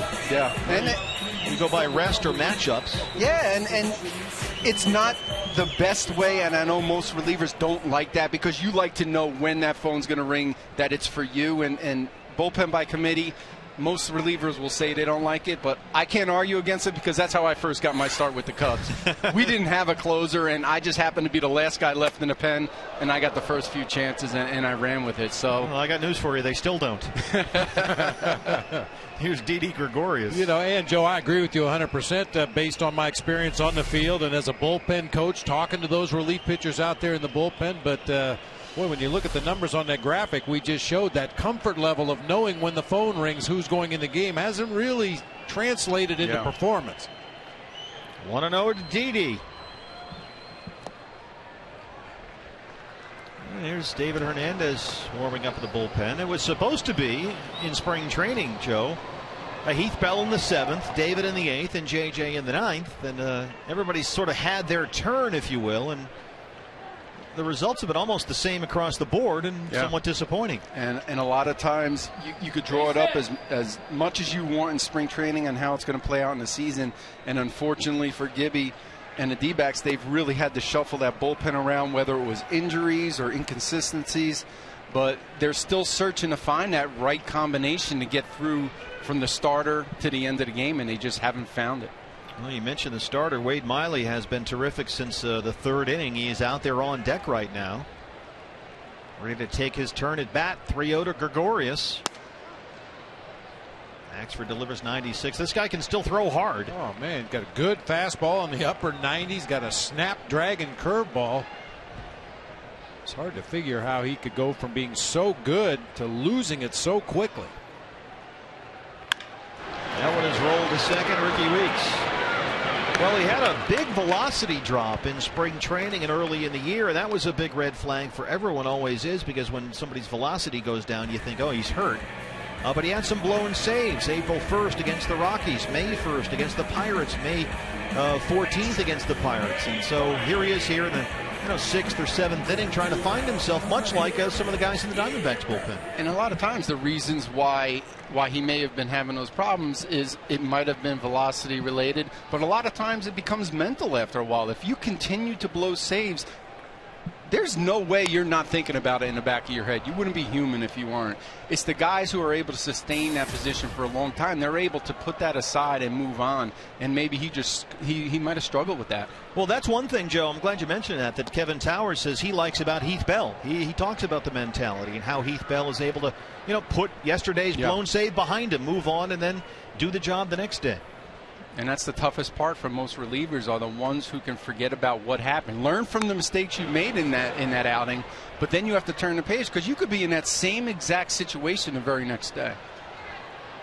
Diamondbacks live with Joe Borowski right after the ball game here. It's a good one. Should be a good finish. 3-3 in the 7th inning.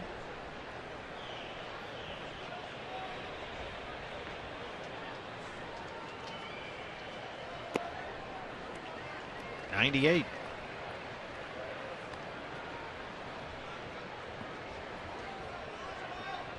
Gallardo tonight, 3 runs on 4 hits in 6. He walked 2 and struck out 2.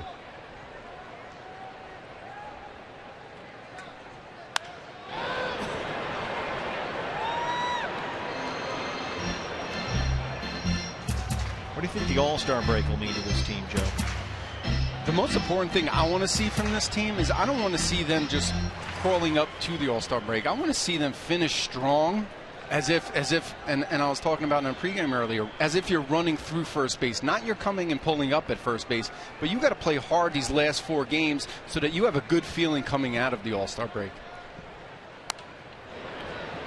And this, I think, is an example of why they could use the All-Star break. And Wade Miley's set down 13 in a row, so he's pitched a great ball game since the 3rd. But I think Kirk Gibson, Joe, might not have any other choice considering the way the bullpen's been used. Than to let Miley take his at bat here and try and get 1 or possibly even 2 more innings out of him because of the way the bullpen is gassed right now. And that just shows you the effect of when the bullpen is not effective. It directly correlates to everybody else because now you are trying to stretch starters out where normally you would be pinch hitting for them in this situation. And it has an effect on the entire team. Well, good at bat here by Wade Miley. He's worked it full against Axford. And we'll keep going. What a big difference for Wade in this ball game. He hasn't had a 3-ball count on a hitter since the 2nd inning. And most impressive for me, Joe, is the fact that of the 13 in a row he set down, only 2 have been by strikeout. He's pitched to contact, kept it down, like Bob pointed out. He's worked ahead early in the counts. He's thrown strike 1, and the good thing is that Milwaukee, being a very aggressive swinging club, if you're going to prove to them you're throwing strikes early, and he's used it to his advantage. Look at this at bat. In the early going, the Jonathan Lucroy home run was on a 3-1 pitch. The one by Segura was on by Gomez was on a 2-1 pitch.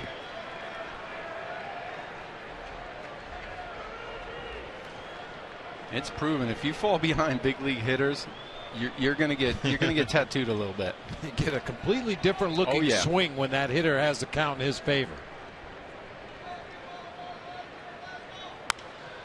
Wade Miley down the line, and that one's a foul ball.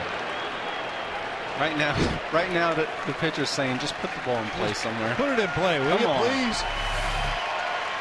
Good slashing swings. I mean, he's got a boatload of strikes in this at bat, but just keeps fouling them off.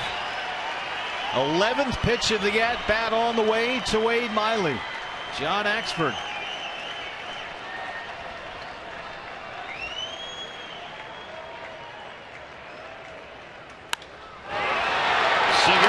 Short. Joe, thanks. We'll see you in the postgame show. Looking forward to it. It's 3-3. We'll head to the 8th.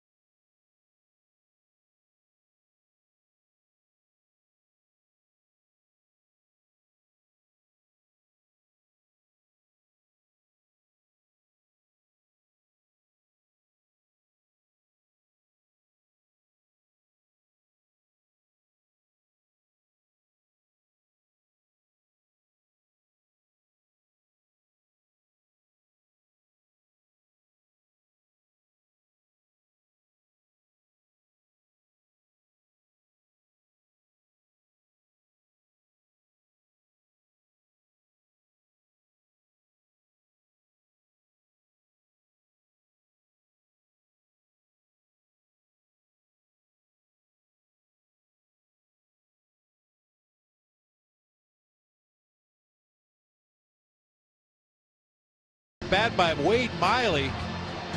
Gets John Axford there before finally lining out to shortstop. Watch Jonathan Lucroy behind the plate try to decoy Miley into thinking they're coming inside. Pats his glove on that inside corner and then slides to the outside. Miley still hits the ball hard right at Segura at shortstop. We've seen Miggy do that from time to time. Catchers will try to do different things to throw a hitter off up there in the batter's box, but didn't seem to bother Wade. He's at 94 pitches to start the 8th. He's been over 100 in each of his last 4 starts, so this is becoming familiar ground for Wade Miley. His high for the season is 110. That was 2 starts ago at Citi Field in New York. He's retired, 13 in a row. As we lead off the 8th with Norichika Aoki, Gene Segura, and Carlos Gomez. Aoki 1 for 3. He singled back in the 2nd.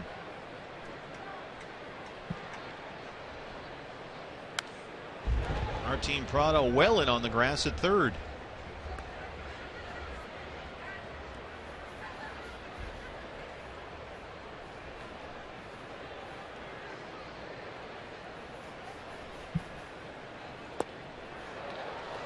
Ooh, that was not a good looking swing.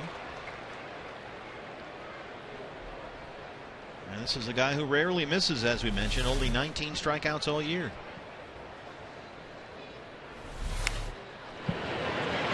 Aaron Hill has to hurry, no play. Aoki aboard for the 2nd time tonight. Leadoff man on for Milwaukee, and that ends Miley's streak of 13 straight set down. In effect, this is just a glorified bunt. Aoki just gets the bat on the ball, stops his swing at the point of contact, hits that little dribbler back over the mound. Aaron Hill knew he had to hurry to get Aoki, just couldn't come up with it cleanly. And now the go-ahead run is on first with no outs, and the National League's hit leader is at the plate, Gene Segura. 1 for 3, doubled and scored in the 1st. And this is the portion of the lineup, Bob, and this is particularly important to point out here in a tie game in the 8th inning. These guys run. Aoki 10 stolen bases, Segura 27, Gomez 21. And we saw Aoki get thrown out by Montero earlier in the game. He is 10 for 20 on the year. And we'll see how aggressive Ron Renneke wants to play this. You can tell all the Brewers just got here today. Everyone's pink. Out on the golf course, Camelback or somewhere today. Up the middle, Didi. He does get the force on Aoki at 2nd. Lost the handle, lost the bag, but they are able to get the lead runner, and Segura's aboard at 1st. That was going to be a very hard play to get 2 outs on anyway with the way Segura gets up the line. Slowly hit ball up the middle of the field. Didi just looked up a little bit too quickly. In effect, ends up blocking the bag from Aoki at 2nd base and is able to recover, tag the bag with the ball for the out. So they erase the lead man. Segura aboard with 1 out. Here's Gomez.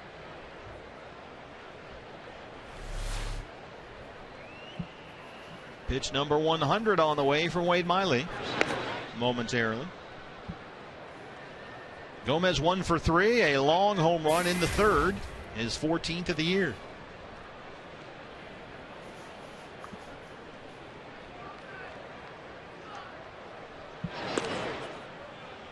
And you have to watch Segura over there. 27 stolen bases this year. He's been caught only 4 times. Great quickness.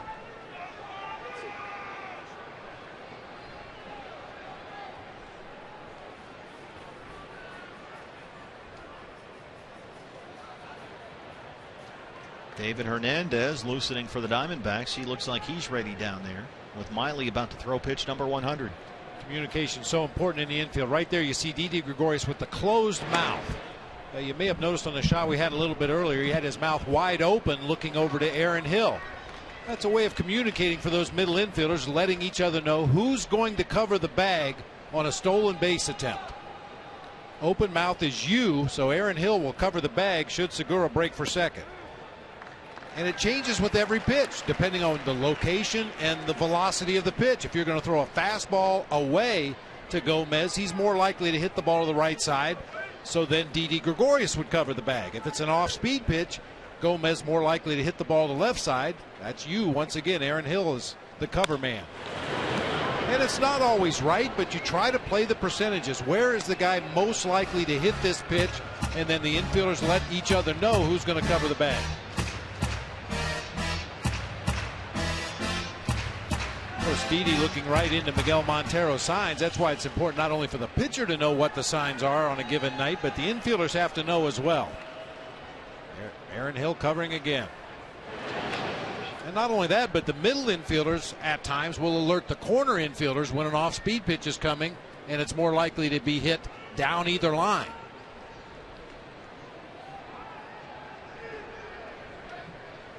Aaron Hill covering again. You. He did not go, says Phil Cussy.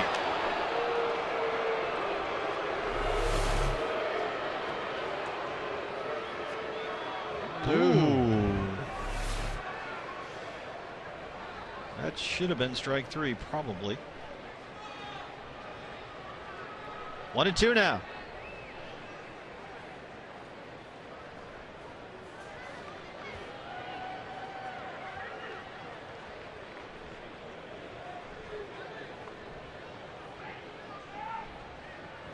All-Star at first, All-Star at the plate. He chases it, gets by Miggy. He can't find it. Got to watch Segura heading to third. He thought about it, and he'll stop halfway. In the meantime, Gomez reaches on the strikeout.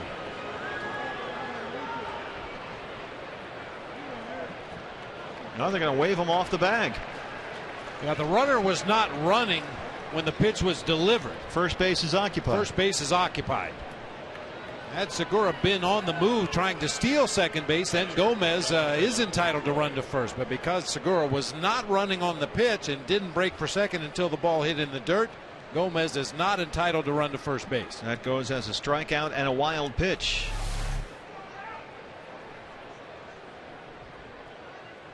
Phil Cussy checking with Tom Halling behind home plate. Jonathan Lucroy, a 2-run home run in the first. He's 1 for 3. That goes in the books as the 4th strikeout for Wade Miley. Trying to strand that go-ahead run at second.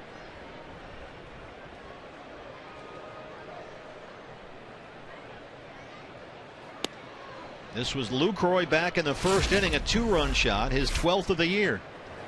Got on a Wade Miley fastball before Wade got his release point ironed out. In the past in these situations, Lucroy has looked to drive the ball to the opposite field. Runners in scoring position, figures they're going to work him away. That pitch off the plate inside, however.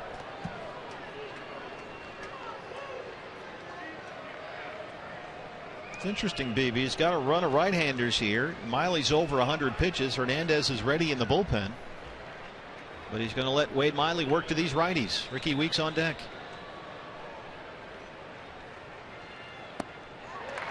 Two and two. Yeah, sometimes where the pitcher spot is due up in the next inning plays a role in when you make the move to the bullpen, but that's not the case here since Miley made the last out in the bottom half of the 7th.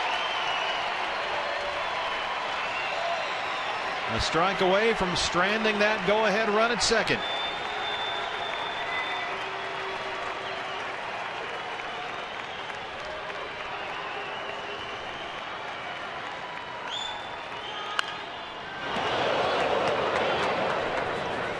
Heads up, Ed Cedar.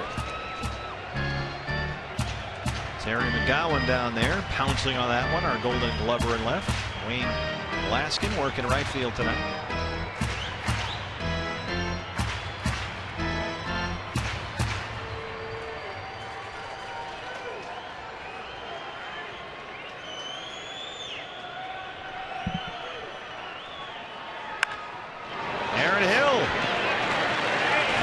Job by Wade Miley, strands that run at second. We'll head to the home half of the 8th in a tie ball game at Chase Field. CenturyLink, your link to what's next coming up for the Diamondbacks. The top of the order, Adam Eaton, Gerardo Parra, and Paul Goldschmidt.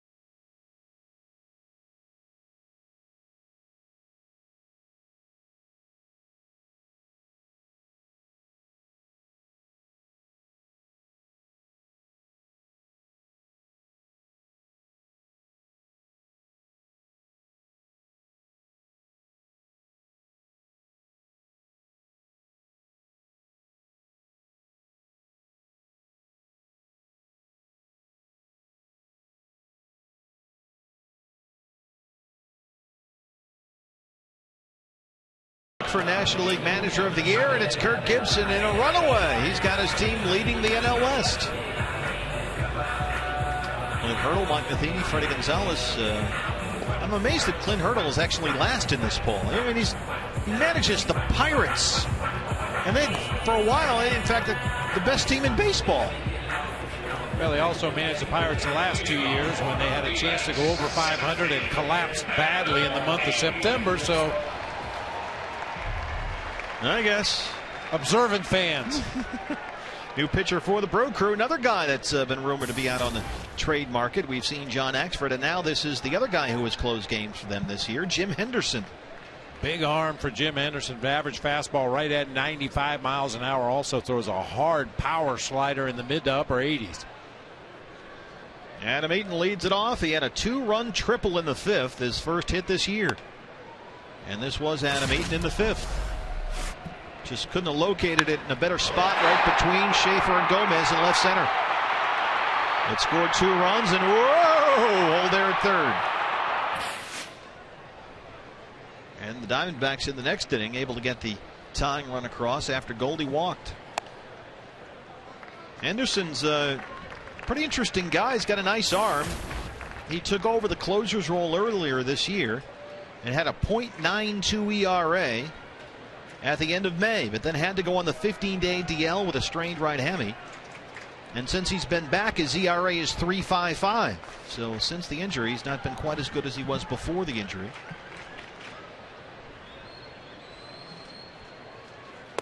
He's got 3 blown saves this year, all of them in the 8th inning. June 11th at Miami, June 20th at Houston, and June 30th at Pittsburgh. He was Brewers Pitcher of the Month in April. Brad Ziegler.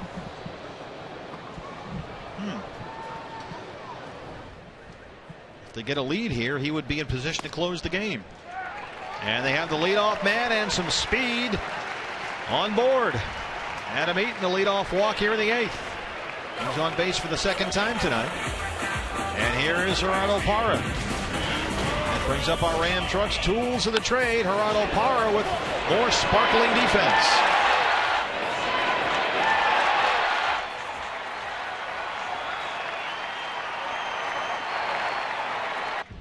He's already got 1 gold glove on the mantelpiece. Not sure if he actually has a mantelpiece. And Adam Eaton with great speed at first base. He's the go-ahead run. Nobody out here in the 8th.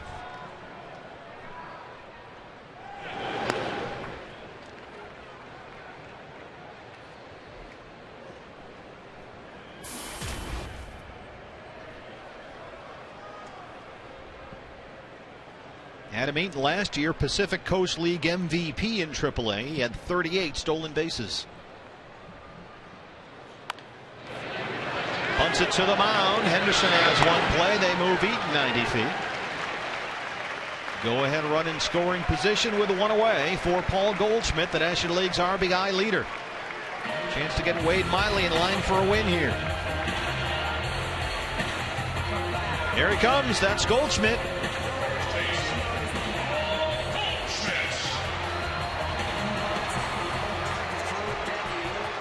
Chaz, our new friends Chaz and Titan out there. Big Goldie fans. And why wouldn't you be? Goldie's been on base all 3 times he's been up tonight. 2 walks and a single. He scored a run. And first base is open, Bob, so why wouldn't you? Yeah, makes a lot of sense in this situation. They will work to Aaron Hill. Although this goes against what Ron Renicky normally does. He doesn't like to issue intentional walks. The 4th fewest in the National League this season, but everything about this situation screams out for an intentional walk.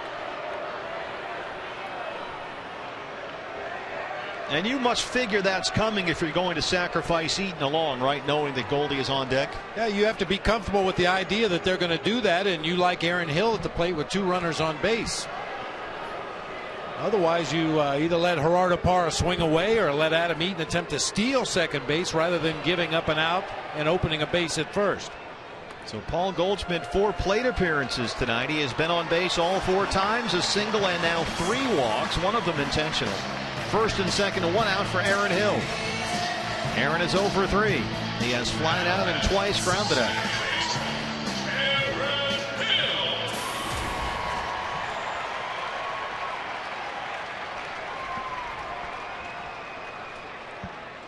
Eaton at second, Goldschmidt at first. Came from Canada to see Aaron Hill. They're here from Utah to see Paul Goldschmidt. Diamondbacks are North America's team. And here is the former Blue Jay. Now we have a little bit of an unfair advantage because we watch this team every day, and we know that Aaron Hill is a dead pull hitter. And the Brewers have been playing pull shift, exaggerated pull shifts all season long, ever since Ron Renicky took over. But really, with the exception of Ricky Weeks cheating a little bit toward the bag at second, there's no pull shift on here for Aaron Hill. Did not go, says Phil Cuzzy at first.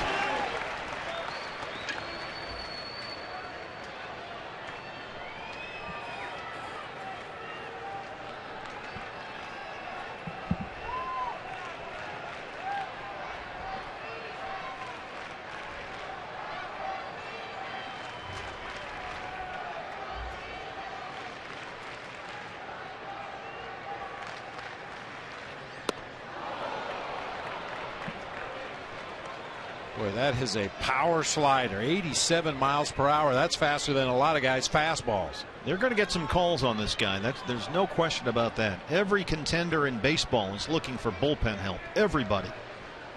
And this guy is a valuable commodity. Got a good live arm.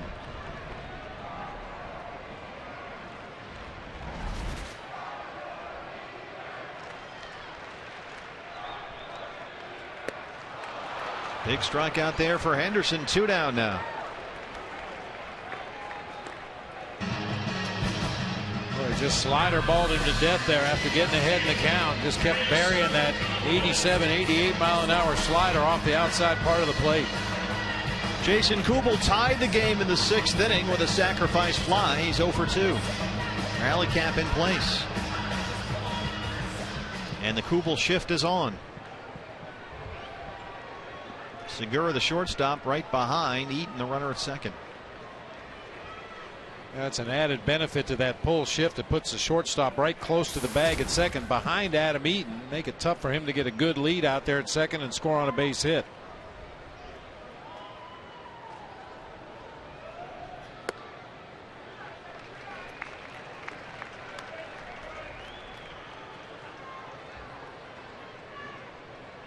Good numbers for Jason with runners in scoring position. Eaton, the go-ahead run at second, 2 down. Goldie at first.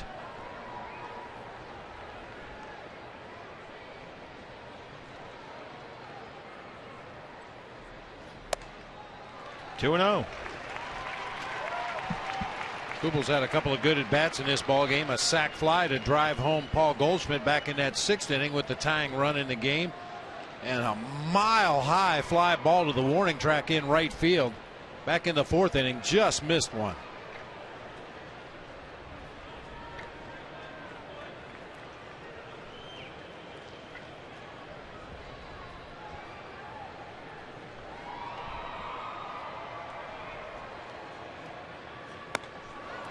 '97, 2 and 1.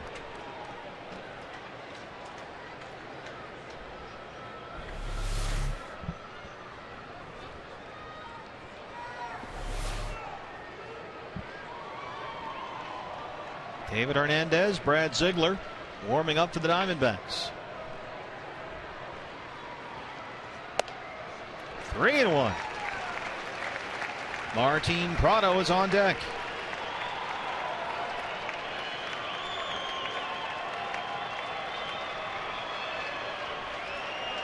He's thrown a lot of sliders in this inning. You sitting fastball here? I would think so, yeah.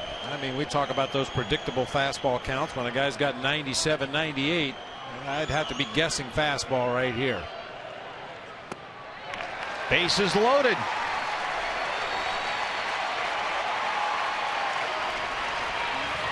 Third walk of the inning issued by Henderson, 1 intentional, and that brings up Martin Prado.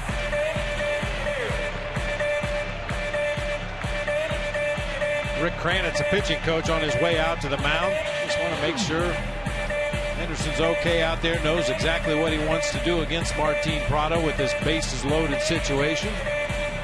You want Martin Prado up there right now. He's swinging a hot bat. Doubled and scored in the 5th. He's 1 for 3. Prado has now hit safely in 5 straight games and 8 of his last 9. He's batting .339 over his previous 14 games.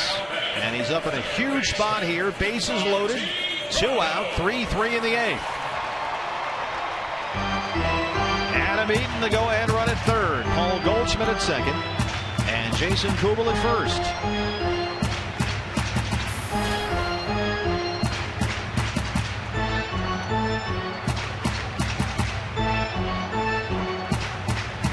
Just find a gap right here. Find a gap and bust this thing wide open.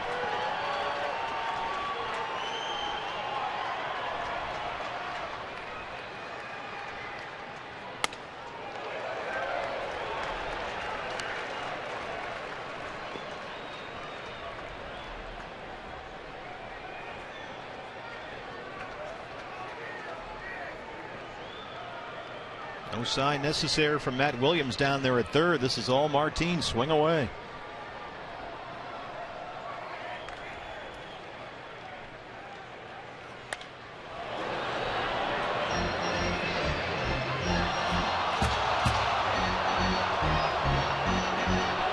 Wade Miley trying to get him in line for the win here. He had both a terrible and brilliant start all in one tonight. Roughed up through 3 and then tremendous after that. Set down 13 in a row.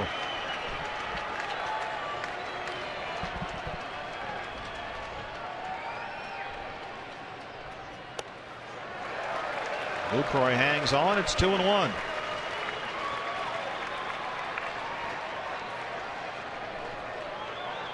Henderson in this inning has thrown 21 pitches, 15 of them balls.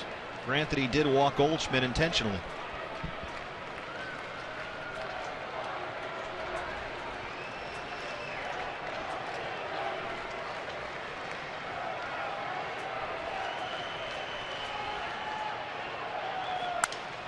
That gets down, and that's a base hit. Eaton will score. Here comes Goldie. There's the throw. It's cut off. And Martin Prado comes through in a huge spot right there. And it's 5-3 Diamondbacks.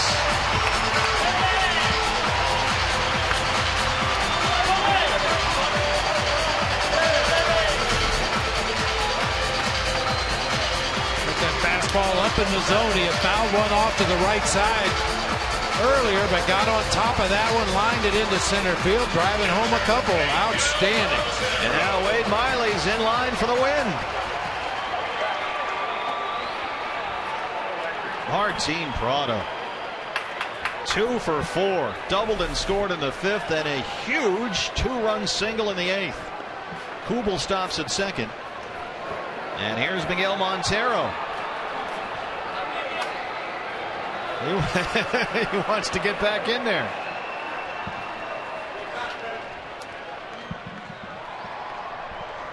And now, Bob, the $64,000 question is, who's your closer? 5-3 lead headed to the 9th. Brad Ziegler is throwing. David Hernandez, who was up earlier, has sat down. Well, that would have been my suggestion. One thing you know about Brad Ziegler, or at least you don't anticipate him ever giving up fly ball outs, let alone home runs. Well, Henderson really struggling to throw strikes here. Wade Miley chance for win number 6 on the year for him.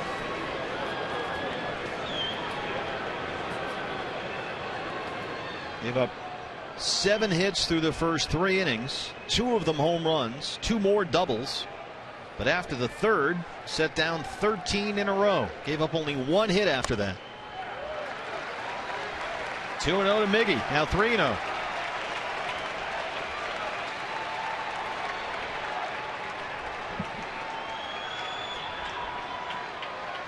Kubel at second, Prado at first.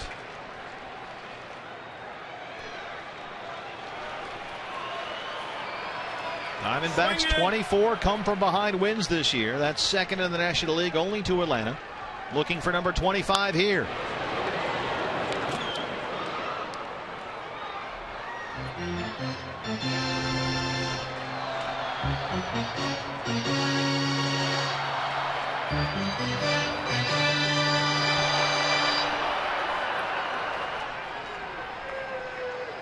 Miggy struck out in the second, singled and scored in the fifth, struck out in the seventh.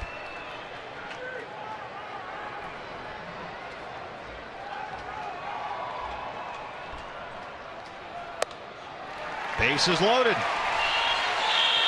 4 walks in the inning from Jim Henderson. 1 intentional.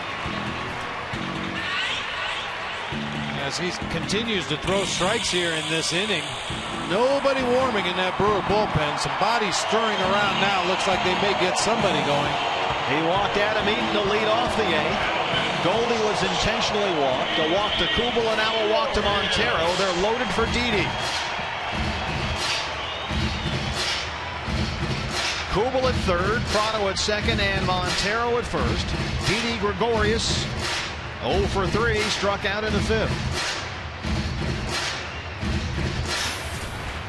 Didi 4 for 23 this month. He's at 275.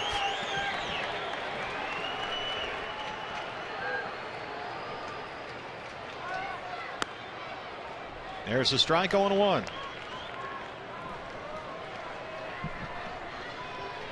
Eric Chavez out on deck. Wade Miley in line now for the win. That was just the 9th strike in this inning thrown by Henderson.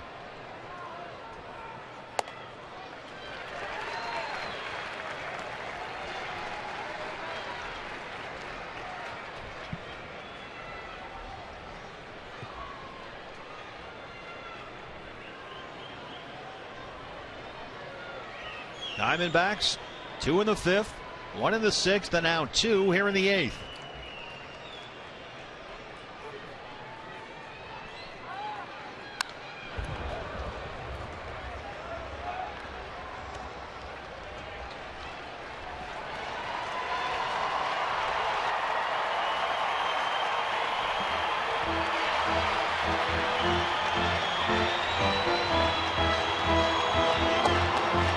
Action in the Milwaukee bullpen.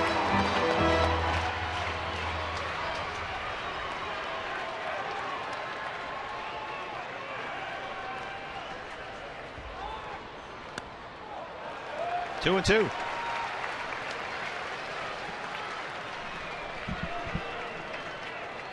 It's been a struggle to locate for Jim Henderson. He did walk 1 intentionally.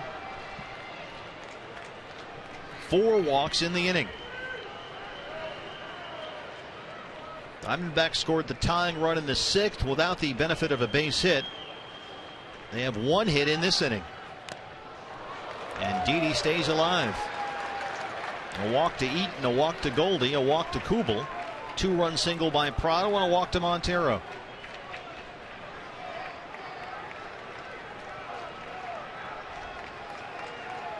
So they've scored their last 3 runs in this ball game on 1 base hit.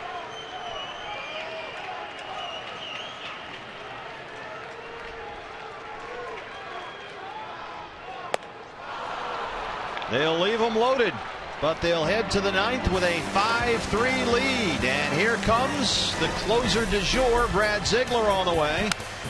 Martin Prado with a critical 2-out single, and it's a 5-3 ball game as we head to the 9th at Chase Field.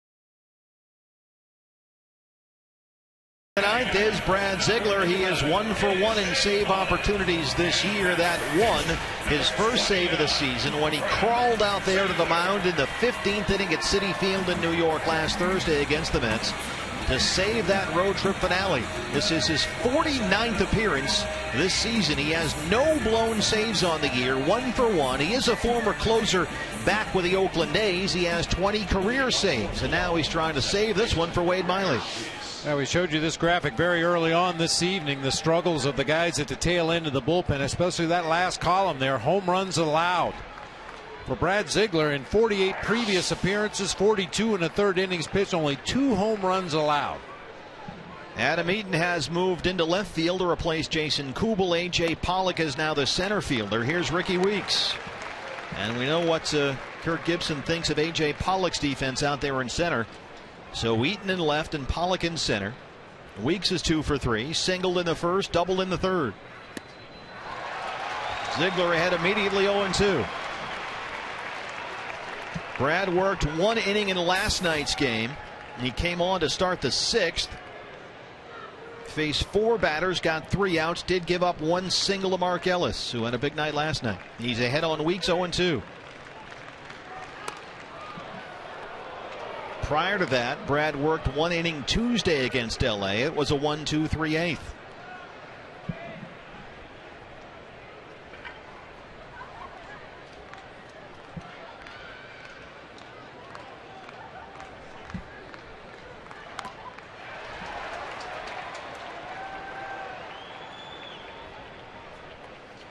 MLB.TV is celebrating 11 years with new low prices. Watch every out-of-market game live on over 350 supported mobile devices and in HD quality with MLB.TV Premium. Visit MLB.TV today. Baseball everywhere.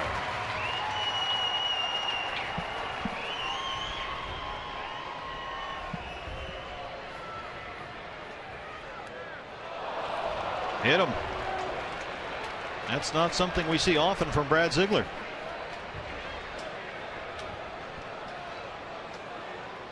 Tried to throw that frisbee slider to the front door right there.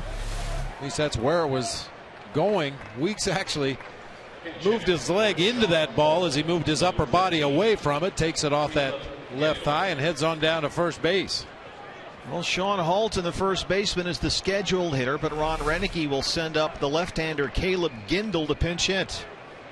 And Gindel is the tying run at the plate with nobody out.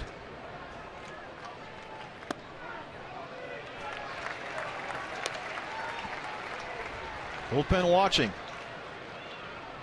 Gindel, 24 years old, 5th round pick in the 07 draft. And he is emptying the bench on lefties to face the righty Ziegler. Juan Francisco is on deck. Caleb Gindel hitting .294 in 76 games with AAA Nashville this year.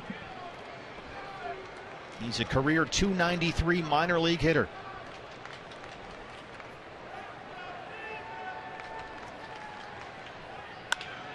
Center field, A.J. Pollock. 1 away, Weeks back to first.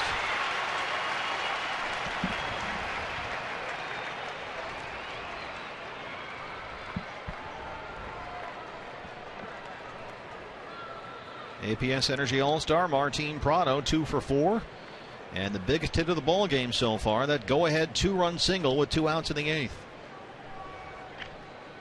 Hitting for Unieski Betancourt, number 21, Juan Francisco. Unieski Betancourt, the scheduled hitter. He's a right-hander. So here's the lefty off the bench. This is Juan Francisco, the former Brave. And he has been swinging a hot bat for the Brewers lately.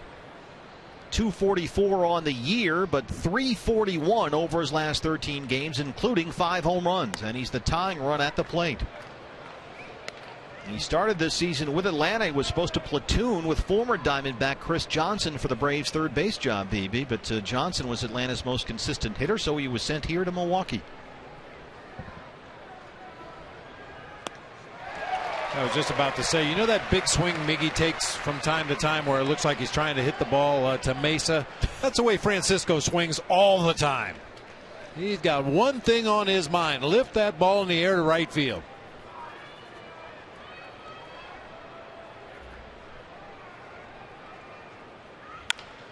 He rolls it, and it gets into center. Ricky Weeks will take the turn and head for third. And the Brewers have the tying runs aboard with one out. Brad Ziegler throws ground balls. Sometimes they get through. Left fielder Logan Schaefer. Hill playing Francisco to pull slightly. He is a dead pull hitter, usually in the air. Kind of odd to see him hit a grounder. Of course, it's against Brad Ziegler. That's all he throws is grounders. So Weeks is aboard at third. Francisco, the tying run at first, one away. And here's Logan Schaefer. He's 0 for 3.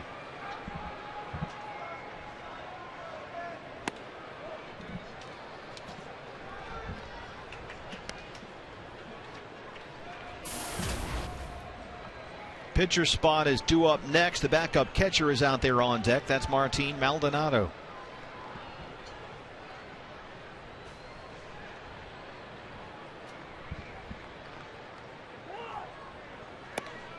Tom Hallion grants time. No pitch.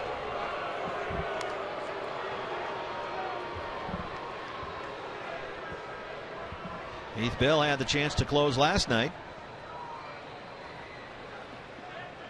Got the first 2 outs, but then gave up a walk and 2 singles.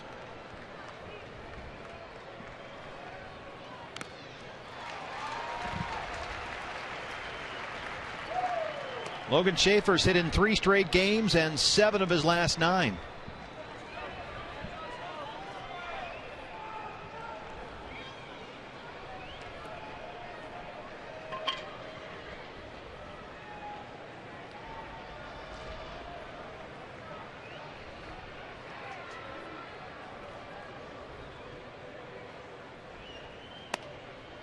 Gets the strike from Hallion, 1-2.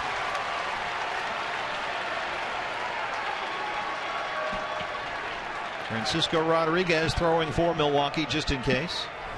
Here's a look. Late call that time by Hallion. That rather exaggerated move of the catcher's made by Miguel Montero may have bought him a strike right there. Looking for a ground ball double play to get out of here. He'll take the strikeout. 2 down.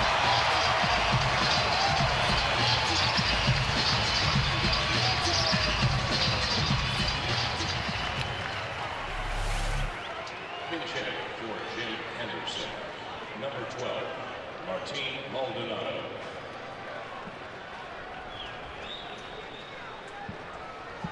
So here's Martin Maldonado.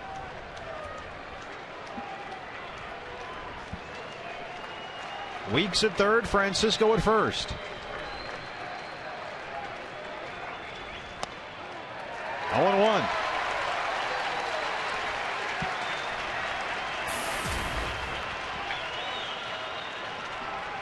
.189 on the year.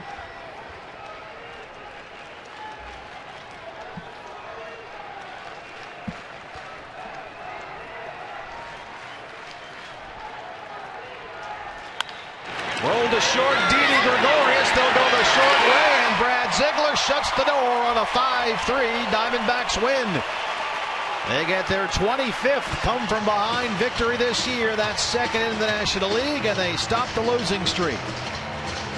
Good to see a lot of good things happen in this ball game tonight. Some of them offensively, some of them defensively. And in the 9th inning, Brad Ziegler closing out a Diamondbacks victory after Wade Miley did a nice job of righting the ship, settling in, giving Kirk Gibson and the team exactly what they needed. This is going to start a Ziegler for closer movement. We'll see how that plays out over the course of the rest of this week into the All-Star break, and then once the second half begins. But a good start here to this 4-game series against Milwaukee. Kirk Gibson and his Diamondbacks come back and they beat the Brewers 5-3. Wade Miley was terrific after the 3rd, and Brad Ziegler shut the door in the 9th. So we wrap it up from here in the booth. Let's start the post-game show. 5-3, D-backs win it. Steve, thank you. Along with Joe Borowski, I am Todd Walsh. This is Diamondbacks Live, released